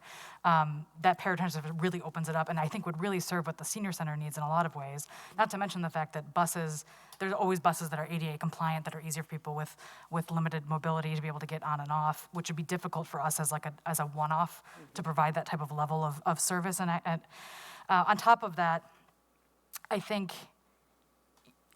we should really look comprehensively at the cost of this, because it's not just the bus, it's the continuing cost of the bus, it's that staff member that we had to pay for, it's their benefits, it's all the staff time to coordinate it, all that complexity for a system that's potentially inconsistent and unreliable. And with public transit, like, consistency and reliability are what has to be in place for people to know they can rely on it. They know that they can make their appointments. They can know they can get to a place at a certain time. And when you don't have that, then there's no trust that system is actually accurate. So that reliability is important. But I don't know what the cost of doing an intercity Fitchburg route, but I think we should look at, if it's $300,000 more, maybe that net cost is not that much more expensive than what the net cost of all these other things that we're going to have to look at, and including maybe, the need for, satellite community centers, which is a need right now because we can't get people to City Hall. If we get people to City Hall, then maybe we wouldn't need those ancillary facilities. Maybe that overall is a net lower cost for the city of Fitchburg. And then also, I think we need to look at the economic development angle. We have companies like Sub-Zero Wolf that are always trying to hire, and there's no way for people to get there on the bus. We might be able to actually open up opportunities for businesses to move here that would want to recruit employees that use the bus system. So I think we need to look at that bottom dollar cost of a fixed route in comparison to the broad cost of doing a direct response. And I don't think we should be under the impression that it's out of the realm of possibility to have this in place by next year. I think we should look at that as a true option, and I hope we do, because the network redesign goes into effect June 2023, and there's a lot of people that we've heard from that are not going to be able to use the system in the way they were before, but maybe we can have something or close to that time, that so they don't have to get on the bus and go to the Madison Library or the Middleton Senior Center. They can get to the Fitchburg Library, the Fitchburg Senior Center that they pay for with their taxes. They can get to our city, and I think we should look strongly at and to see if that's a possibility. And I'm not convinced that it's that far in the future. So thanks. Thank you, Alder Allen. Yeah, there are times when we just have to bite the bullet and find a way to make it happen. I've been around for 3 major things that we made happen. I was here when we decided to double the funding for Fitzroy EMS in 1 year to go from EMTI to paramedic level service. And that was a huge bite. I think that year it was like a $370,000 bite in 1 year. I was here when we increased our fire department staffing by 8 people in 1 year.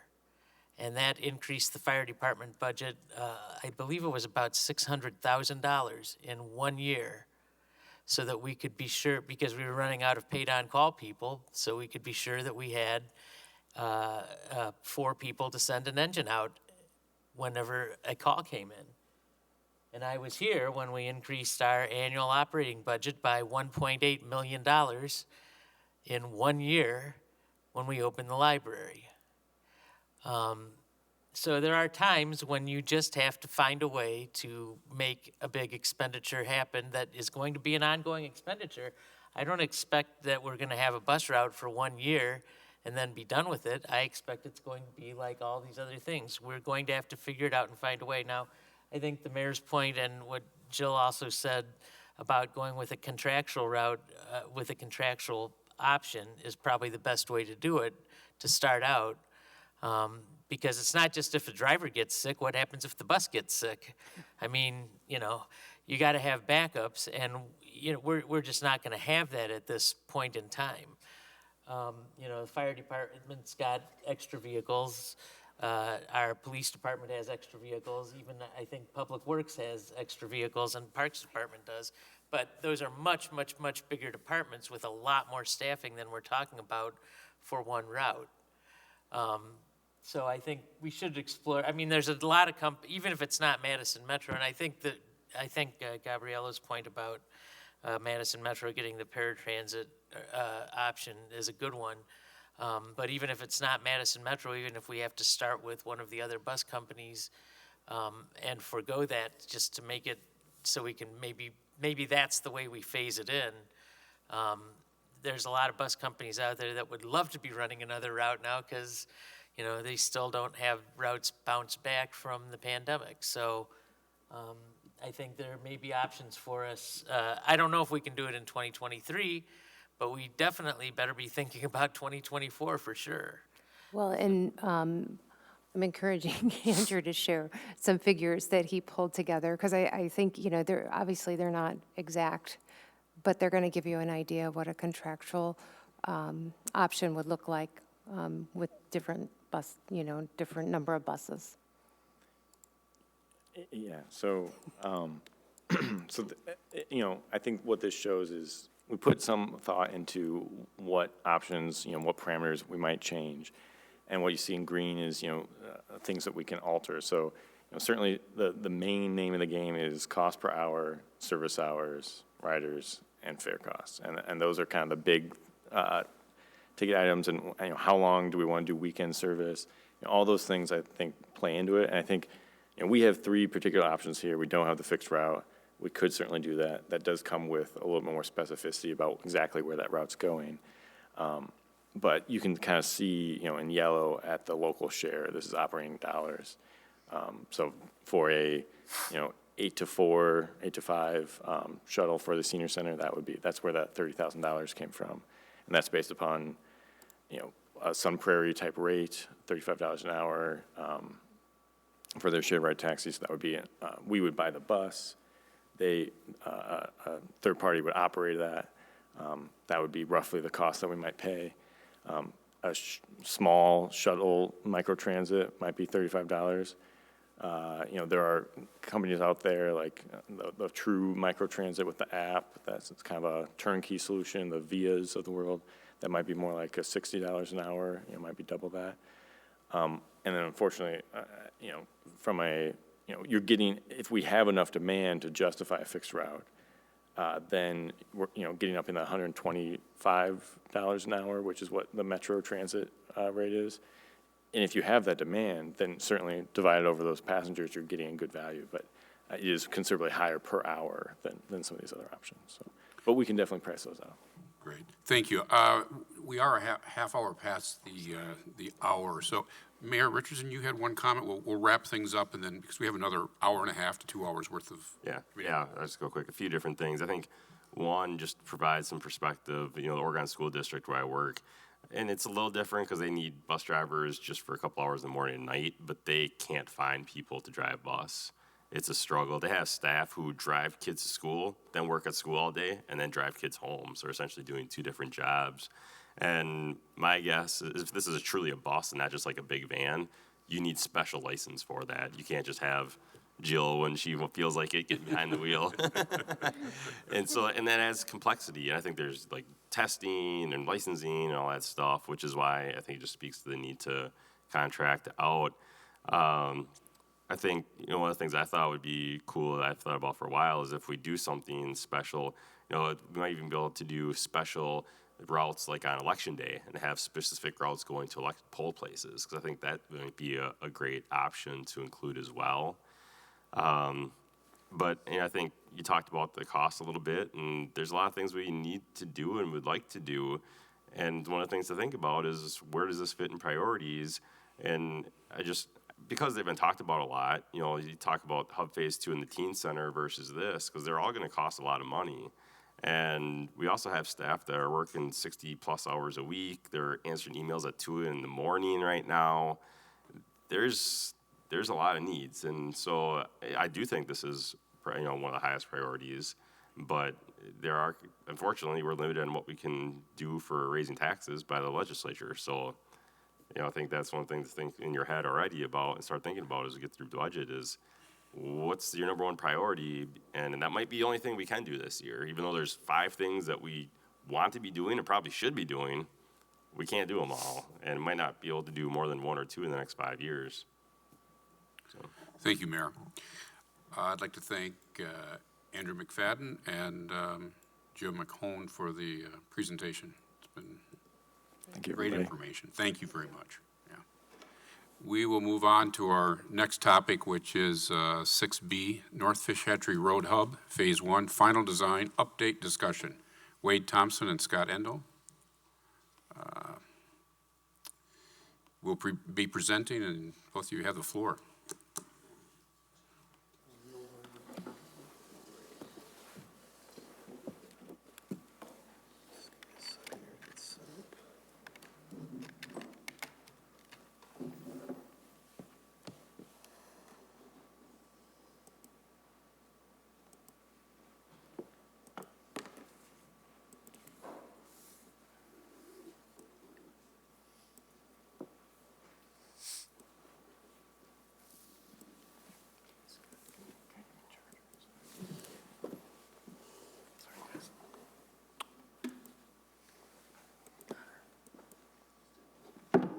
All right, thanks for your patience.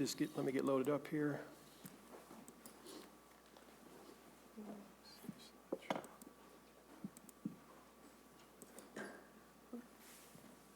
All right, thanks, Council. One last kick at the cat in terms of a hub presentation. I will keep it very short tonight. I think you're all very familiar with the project. So I have about 10 minutes worth of presentation, then we can certainly take any questions or comments the group might have. So just quickly want to reiterate hub purpose and intent and just make sure we're all clear on, you know, kind of what the, again, purpose and intent of the hub is. I want to talk, again, not about what the hub is, but why it's important. And I want to use some other voices to kind of relay why we think the hub is important to the city. Then we'll talk issues and concerns. And then certainly we can devote the majority of the time to questions and comments.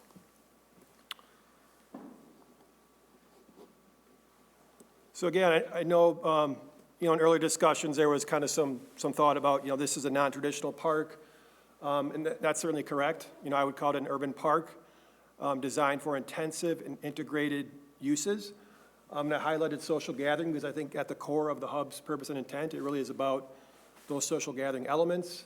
And certainly recreation is a very important piece of that as well. But again, it is an urban park. It's probably unlike any other park Fitchburg has. But I think, again, there's a real need and a real niche that this park will fill. So I want to talk now about why the hub is important. And I think in my head, it's about 3 things. It's about economic development, it's about equity, and it's about geography. And I did send this presentation to the group before the meeting. So basically what I wanted to do is use some other voices to kind of reiterate why the hub's important. You've heard from me for years now about why I think the hub's important, but I think it's important to hear from other voices. So this is from Angela Kinderman. Folks probably know her, our executive director of our chamber, and I'll just allow the group to take a minute or so to read through that quote. I'm not going to read it to you, and then we can move on.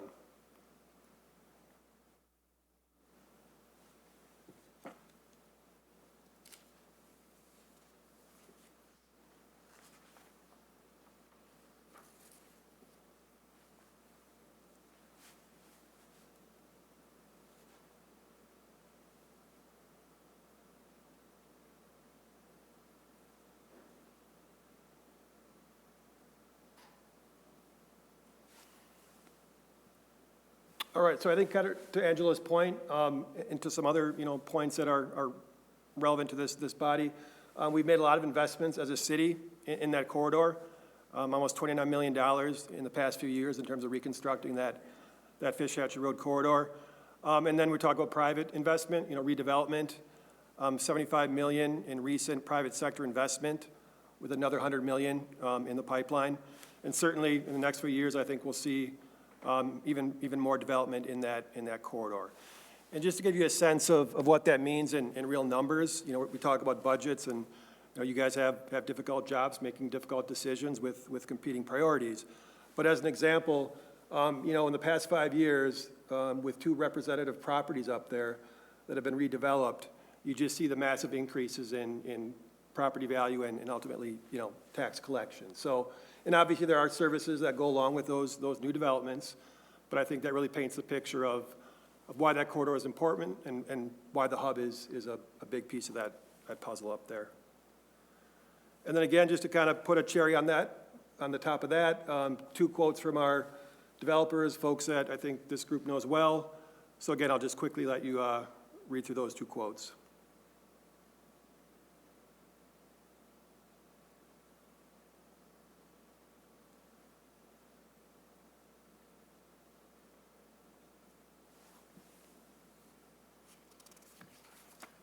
And then moving on to the second piece of why, you know, I think the hub is important, and Jill, who was just here, I think has been a hub partner from day one. Certainly when we talk about senior center services, that is an equity element. But again, I just want to kind of transition to the equity component here and put up a quote by Jill that she was kind enough to relay.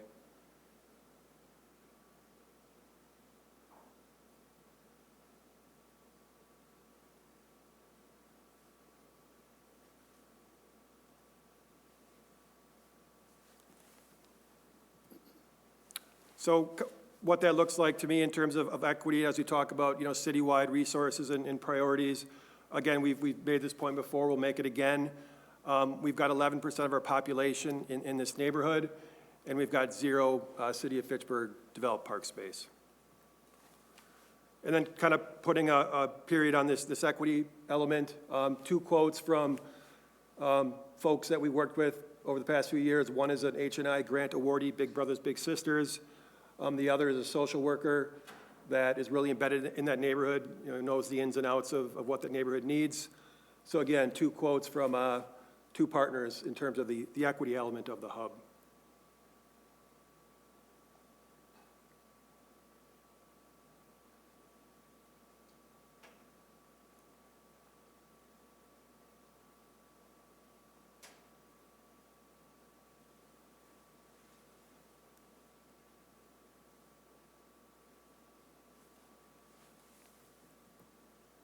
All right, the last kind of piece of the puzzle here in terms of why the hub is important. Again, from a planning perspective, I think geographically, you know, I think about spatial patterns, spatial relationships. As folks know, I will be leaving Fitchburg, but if I were to stay, I'm really interested to see what happens in this area in the next 20 years. I call it Fitchburg's Ring Road. So when you think about the northern part of Fitchburg, we basically have a road that rings that part of Fitchburg. And if you look at, you know, bigger cities, they'll have ring roads. And basically the idea is you shoot off into your city from various points on that ring road. So thinking about the Beltline, Fish Hatchery Road, McKee Road, and Verona Road, again, I think this area in the city will develop, redevelop in the next, you know, 5, 10, 15 years. And I think you have a lot of potential to really do some cool things that will provide identity for the city and really provide for return on investment. So moving into what I'll call issues and concerns, 2 big issues and concerns, I guess, you know, again, from a decision-making perspective, I would categorize it as construction and legacy costs, as well as funding, and then this idea of construction and facility management. So this is all in the resolution that was in the packet, and it'll come before you May 10th. And we can certainly dig into this at whatever level the body wants to. But essentially, we've prepared, I'll call it 4 options for approval of the final design of Hub Phase 1. And I would call it a high-cost option, a middle-cost option, and a low-cost, well, not a low-cost, but let's call it a lower-cost option. And then certainly there's another option that could be something new that the council comes up with. So option A, again, that's our high cost. That is basically as designed. So all the bells and whistles that we've talked about, you know, in the past months and years. and you see the price tag for that. Now, option B is what I'll call design modification number 1, which basically is all the bells and whistles, but we're going to lose the ice rink, and we're going to take that fully covered hard court and make it a partial cover, so really cutting some costs based on those reductions. Option C, again, this will be kind of the lower cost, trying to get close to budget option. And obviously, as we move down the ladder of cost, we're going to lose some important pieces of the hub. So the option C would be basically no ice rink and no cover over our hard court. So just think about a kind of a traditional basketball court in terms of a hard court.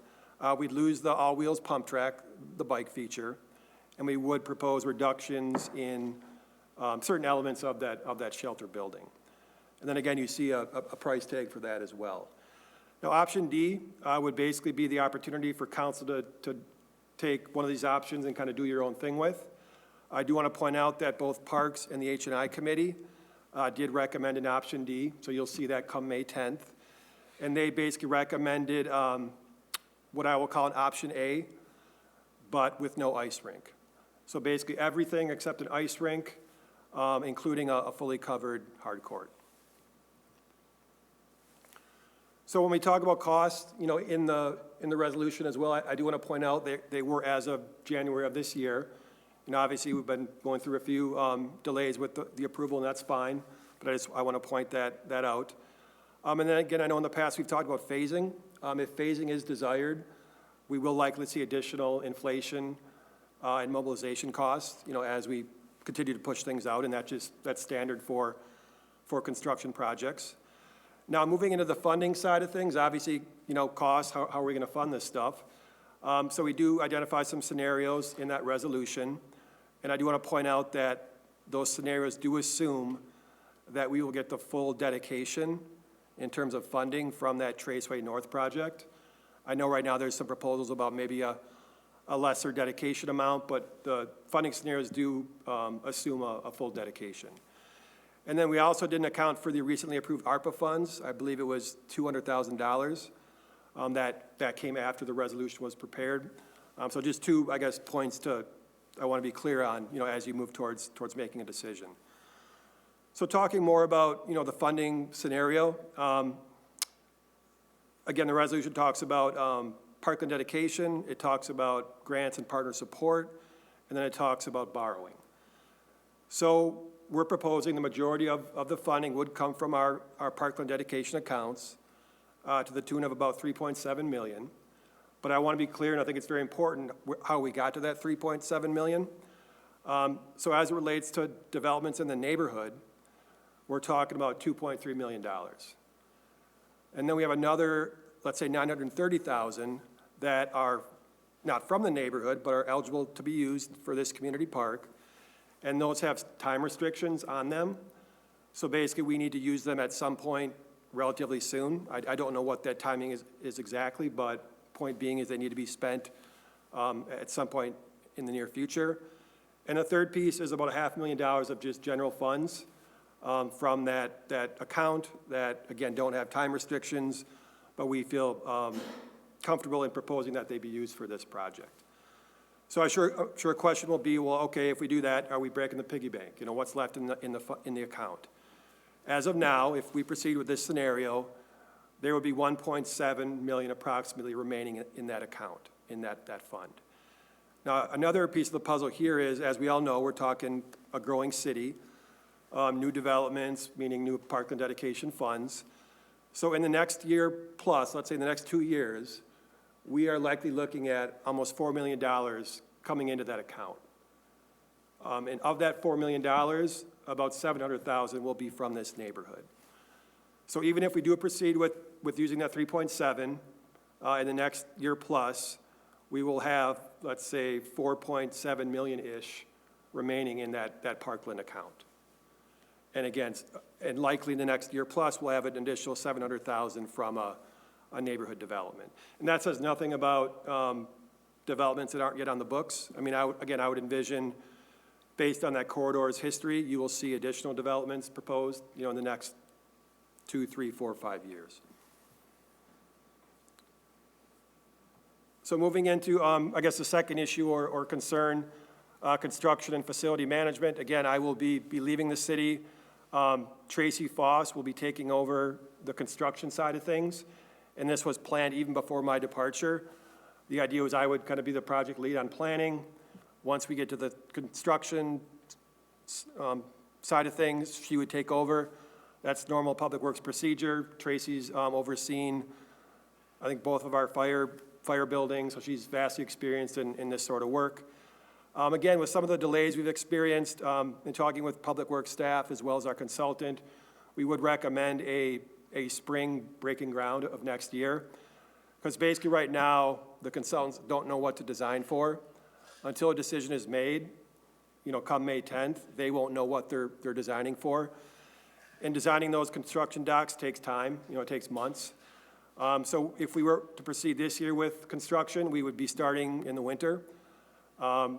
With that sort of scenario, we'll likely see costs that we weren't anticipating. So again, staff would propose starting in spring of next year for a breaking ground. And then moving into facility management, and Scott can speak to this if need be. Again, this is a large-scale park facility, a large-scale park project. We're ballparking approximately $60,000 per year. This is without the ice rink. But when we look at other facilities, McKee Farms Park, this number is not crazy. I mean, it's right in line with what we see in terms of managing those other community parks in our system. And again, obviously, if the ice rink were to be approved, that would add additional management costs as well. And again, this is all in the resolution as, I think, attachment E. So with that, again, I just want to thank you for, literally your years of thinking through this stuff. And, we're kind of getting near that decision point. And I understand the dilemma before you and the tough decisions you have to make. But again, I thank you for your support, your oversight of the project, and certainly look forward to what comes next. So with that, I can take any questions or comments that the council might have. Alder Gerhart, go ahead. Thanks. Did you have that option D that the Parks and H&I put together? Do you have a general cost estimate of what that looks like? And let me see if I have it on file.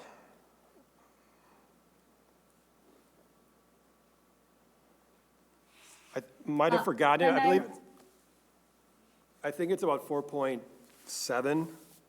I can email it to the group after the meeting. Yeah, so Misty actually did, based on Parks and H&I Committee's recommendation, she did put together a budget amendment for that. So basically it would be the attachment B cost, but adding 400,000 to that. So I think about 4.76. So, yep. Alder Arada Frada, you have a question. Go ahead. Yeah, no, I can send you the information that Misty put together. I work with Misty about option D. So I can send you all the information that she sent me, so you have an idea. Alder Allen. Yeah, not to harp on this too much tonight, but I think this kind of links to the conversation we had last night, where we've got a neighborhood that when it was built, there was virtually no parkland dedicated, which means that at some point, we are going to either have to acquire land, we're going to have to build something like this, we'll probably have to add additional neighborhood parks. And the money for that has to come from somewhere. And the fact that there were buildings there originally that aren't there anymore, to me, is not adequate justification for exempting a developer from paying the park dedication fees that everybody else in the city has to pay. So we have to find a way to fund these things somehow. And I think using our normal park dedication process is the way to do that. Obviously, we'll have other time to rehash this over and over again. I realized after the meeting yesterday, I forgot to bring up that point, that we are going to have to create parkland in this neighborhood, which probably means we're going to either have to buy property or somebody's going to have to give us property. And I don't want to set the precedent of exempting people from park dedication fees just because they built buildings back whenever and didn't have to pay them then. Additional questions? Mayor Richardson, go ahead. Yeah, I don't know if you've heard from residents. I've heard a few things, and I think everyone agrees that, yeah, we need to put a park there. It's been needed for a really long time.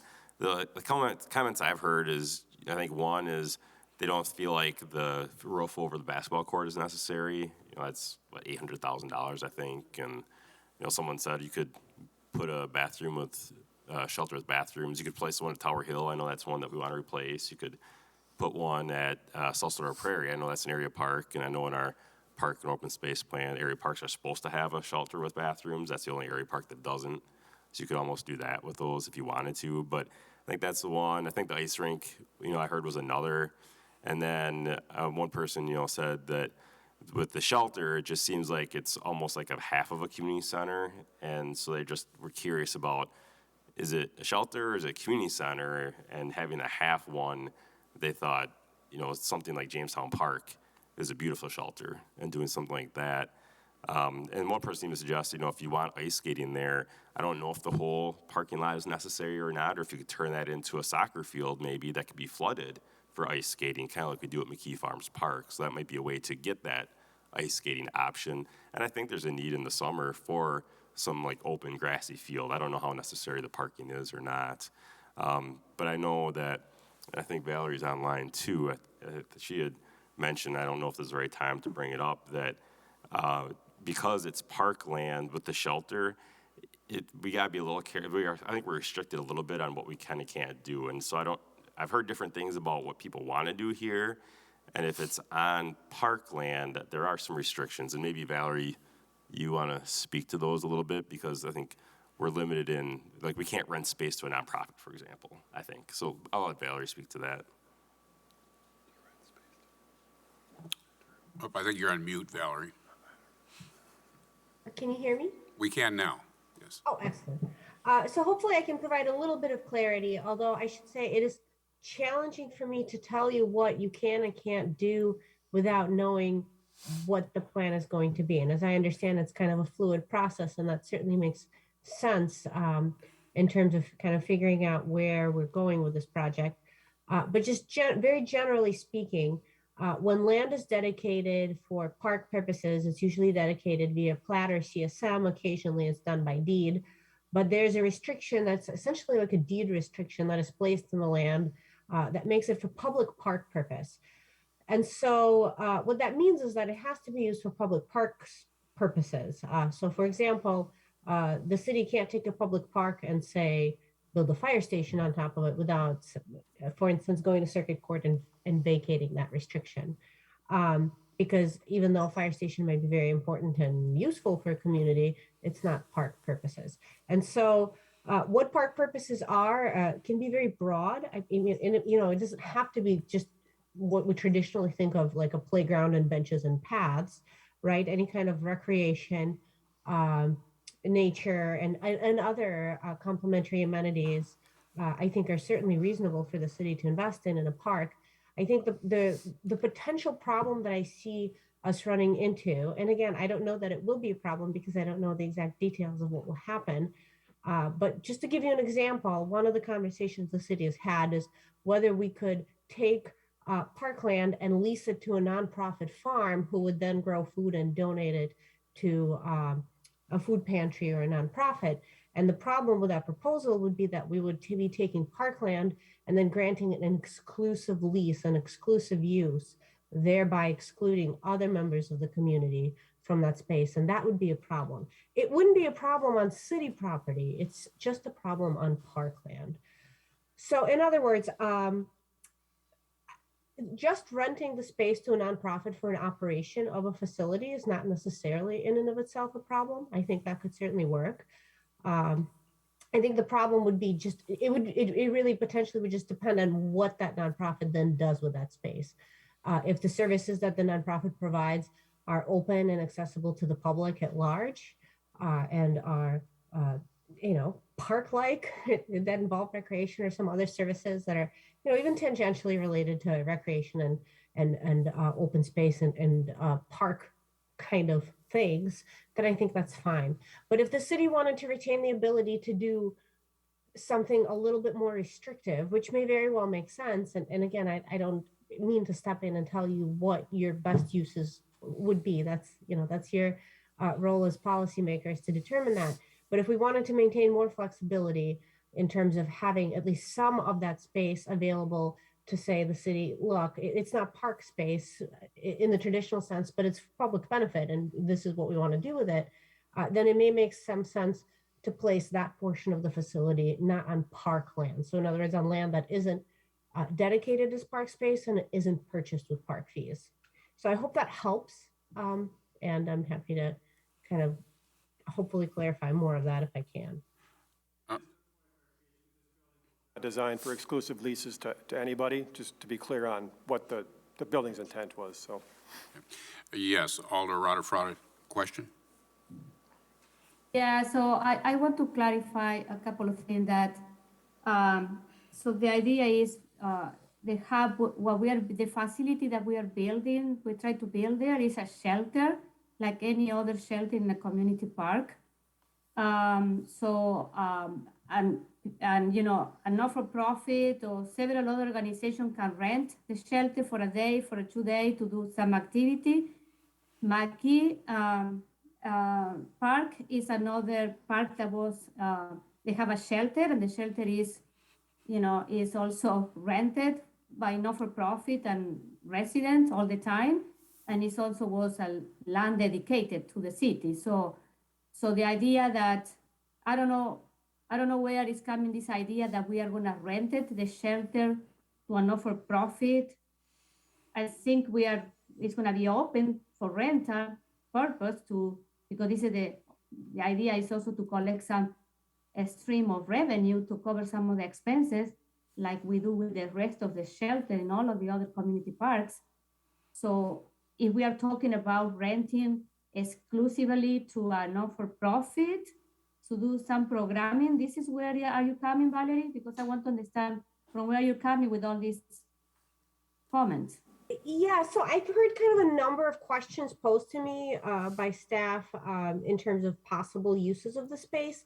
And I think you're absolutely right. If we're talking about a space that, like a park shelter that is rented, and anyone from the community can come in and apply and rent it for some fixed period of time. It is available for anyone, much like a park shelter. You can get on the list, you can be a nonprofit. You don't have to be a nonprofit. You could be just a resident down the street or across town that wants to rent it for a birthday party or for whatever purpose, and those rentals are really fixed and fairly short term in length so that other folks have an opportunity to take advantage of that. I don't think that's a problem at all. And as you pointed out, we do that already in our shelters. That's not an issue. I think the potential issue that has arisen is if there was some sort of programming that was being run by a particular nonprofit exclusively, and it is unclear, again, without knowing the details of what that programming was, that potentially to me raised the flag of, well, this could be a problem. Again, I'm not saying it would be because it's a kind of a big if and very hypothetical. Could that present a problem? Yes. But if you're talking about solely just building a space and allowing people from the community, whether they're nonprofits or individual residents, to come in and rent it on a short-term basis, I don't think that presents a problem in and of itself in terms of parkland use. Alder Allen, go ahead, you have a question. Whatever my name. I was gonna ask a question of that. No, go ahead.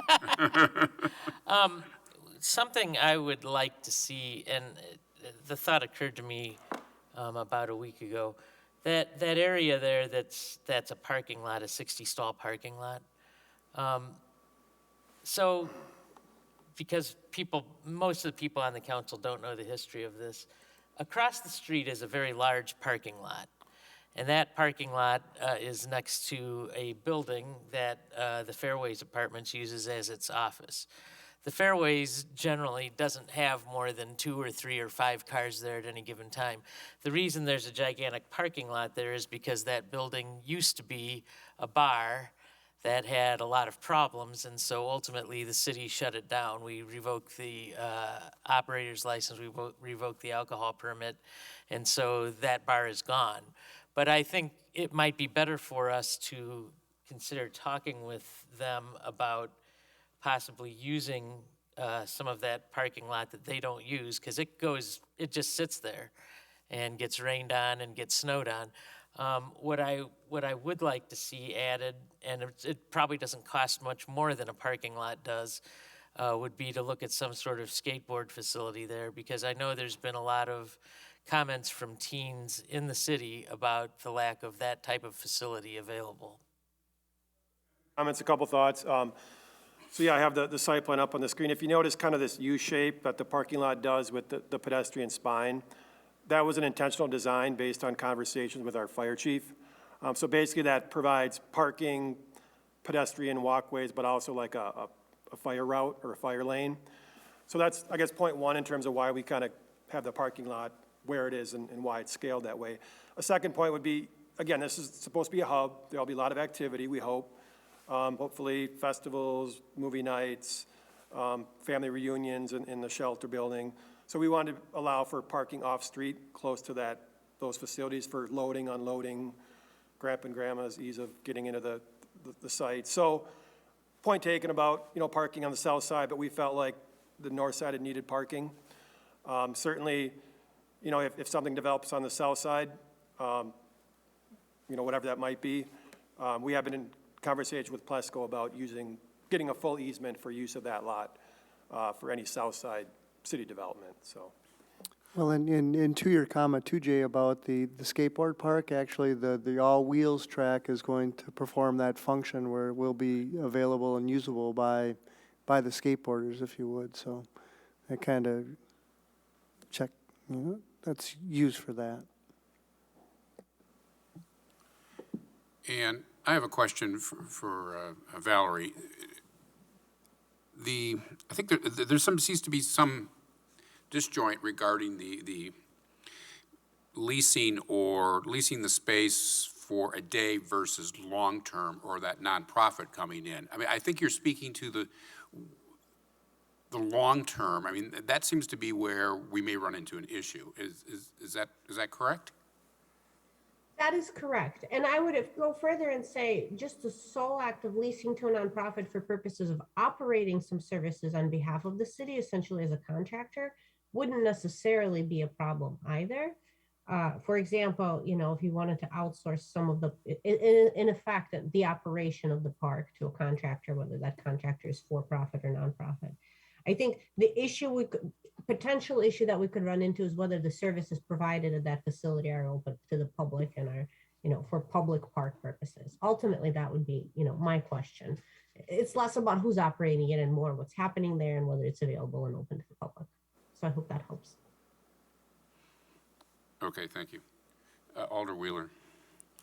Okay, I'm reading a document here for the Healthy Neighborhoods Initiative, and it talks about the hub. I guess this question's for you, Valerie. And it says that one of the goals is top desired services is childcare, healthcare, youth recreation and education, adult employment and education, healthy food. Now, are those the things that you're talking about, just so it's clear in my mind, that would be an issue? Yeah, but potentially. For instance, if there was,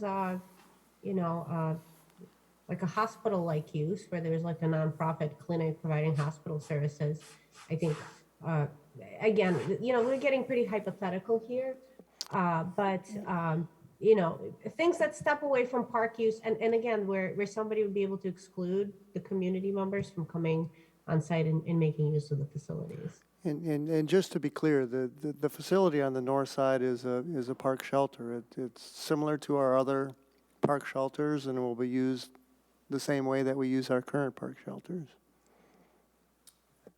Yes, go ahead. And I think that point is really the most valid point here, and really what both Scott, Wade, and Valerie are all trying to convey is staff really needs direction on how council intends to use the building on the north side to help us provide the guidance and recommendation on what would be acceptable versus what could be problematic. If it's truly going to be used as a shelter, much like any of our other facilities, I don't think that there's going to be any recommendations from staff that are going to express any sort of concern over that. I think where the bulk of this conversation really is going to come to bear, so to speak, is when we start talking about phase 2 and what sorts of uses could be at a building on phase 2 that would be on parkland that was dedicated to the city versus land that was otherwise donated or acquired by the city, that would give us much more flexibility with how we would like to utilize that space and or facility. And that's one of the things that staff has been very cognizant of throughout this process, to be able to ensure that the council has options available, particularly on the south side of Traceway Drive, to do what you ultimately may decide is the priority there and how you'd like to fund that priority. If we are, again, to just bring this back to the start here, if we are talking strictly shelter-type usage and short-term rentals by whomever, staff does not have significant concerns related to the use of that facility for those sorts of things. Alder Radefrada, go ahead. Yeah, I think there is a confusion with, when we talk about the hub in the proposal on the Healthy Neighborhood Initiative proposal, we talk about the hub, and the hub have two components, the phase 1 and the phase 2. I think the phase 2, eventually, if we build it, the idea is that one is going to be a community center the idea was to rent it out to organization to have the programming there. That one is a totally different, but we are talking about the shelter in the hub phase 1. That is what we are discussing. And this is it looks like a different, it's a bigger shelter compared to the other shelter in other community parks. Yeah, we all agree with that.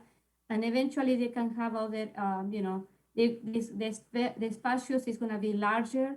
So that one is going to maybe some organization may say, can we rent it for the day or for 2 days to do some programming?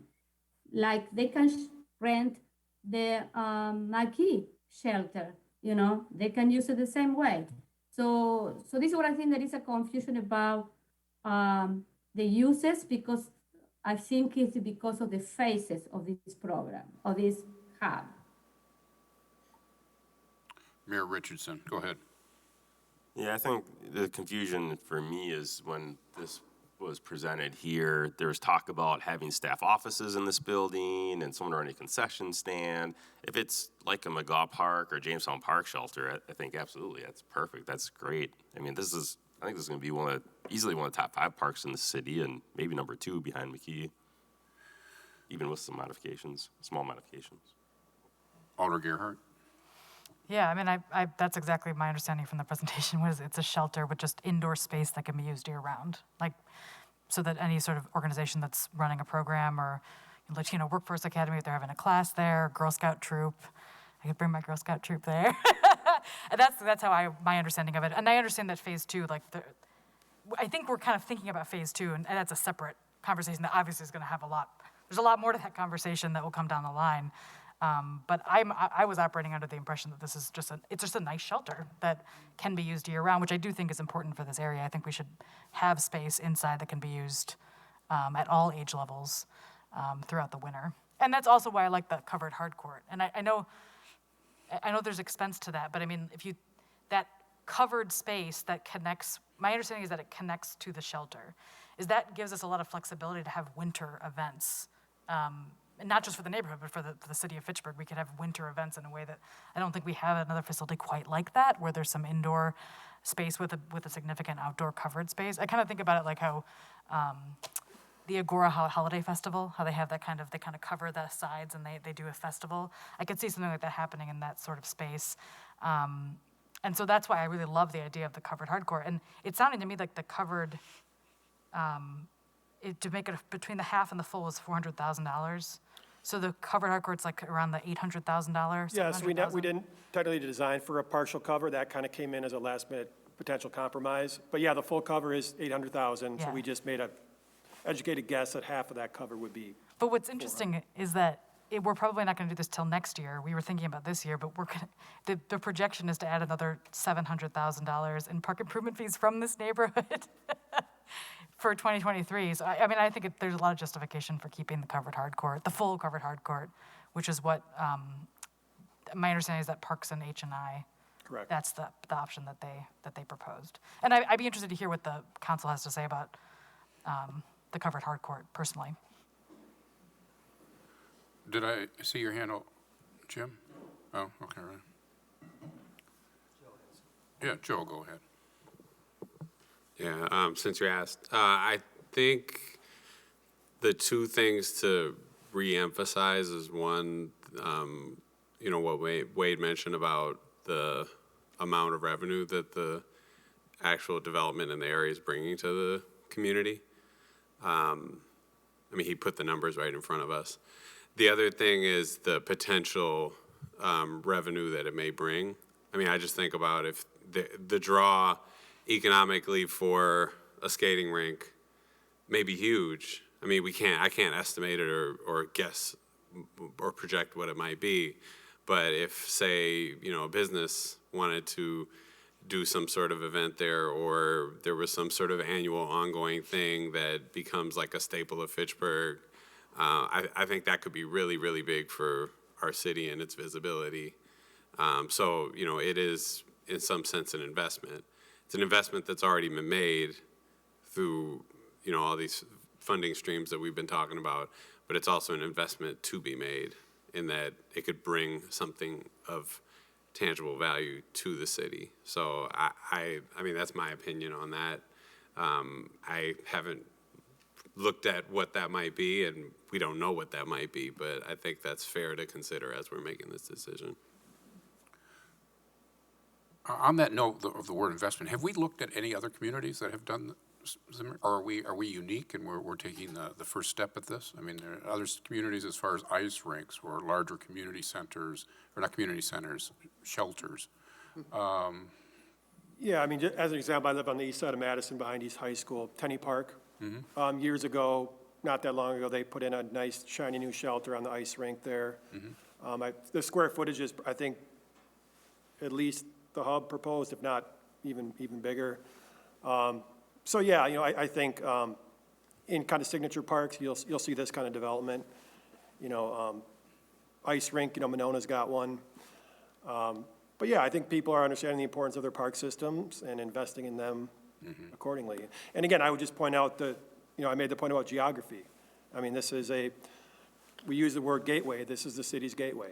And I think, again, a park of this scale is fitting to that part of the city. So. And similar to, it's not Miller Park anymore, but you get a covered structure, you don't get rained out, and it just provides so many different options and just creates a certainty that the facility is going to be available and ready and those kinds of things. So I think it really does, increase the usability of the facility.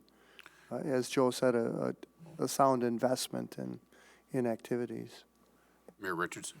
I had talked to a council member in Monona about their ice rink, and her feedback was they have a hard time finding staff to work at it, and finding people to work, and the cost, I think, is pretty high. And I think if you can flood a field like we do at McKee and James, I think we do at Jamestown as well, that's a lot more affordable. I also think it looks a little bad because I think Monona charges people to use that, and having this one in this neighborhood get charged when we've got a couple free ice rinks in other neighborhoods, it seems problematic, I guess.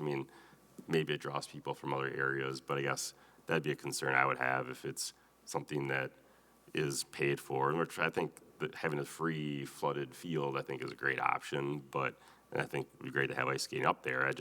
From what I've heard, and I believe Janesville had something like this, and they pulled it out because it was expensive. They couldn't find people to work. They had problems with it. So they actually took something like this out of their system.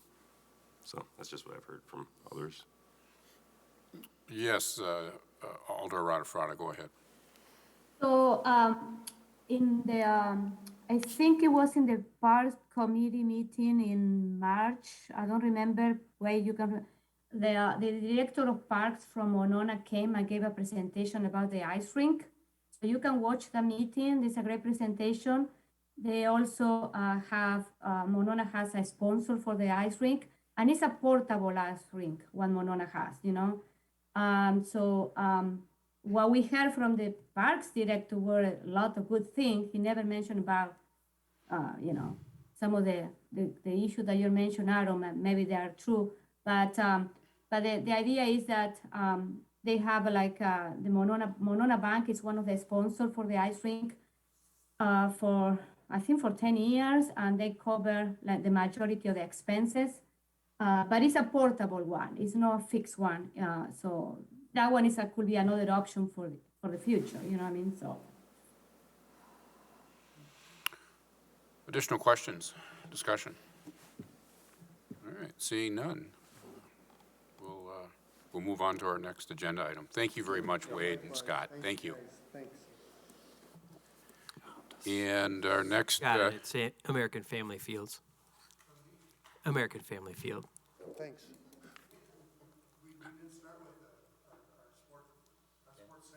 We wrapped it up that way. all right, moving on to our next agenda item, 6C. Agenda item processing and timing requirements. Mayor Richardson and City Administrator Chad Brecklin are presenting. Sure, I can kick this off and then offer Mayor Richardson any additional comments he might like to provide. But I'll be honest, I'm going to keep this brief. You all have had a long night last night, and we're already longer than probably anticipated this evening.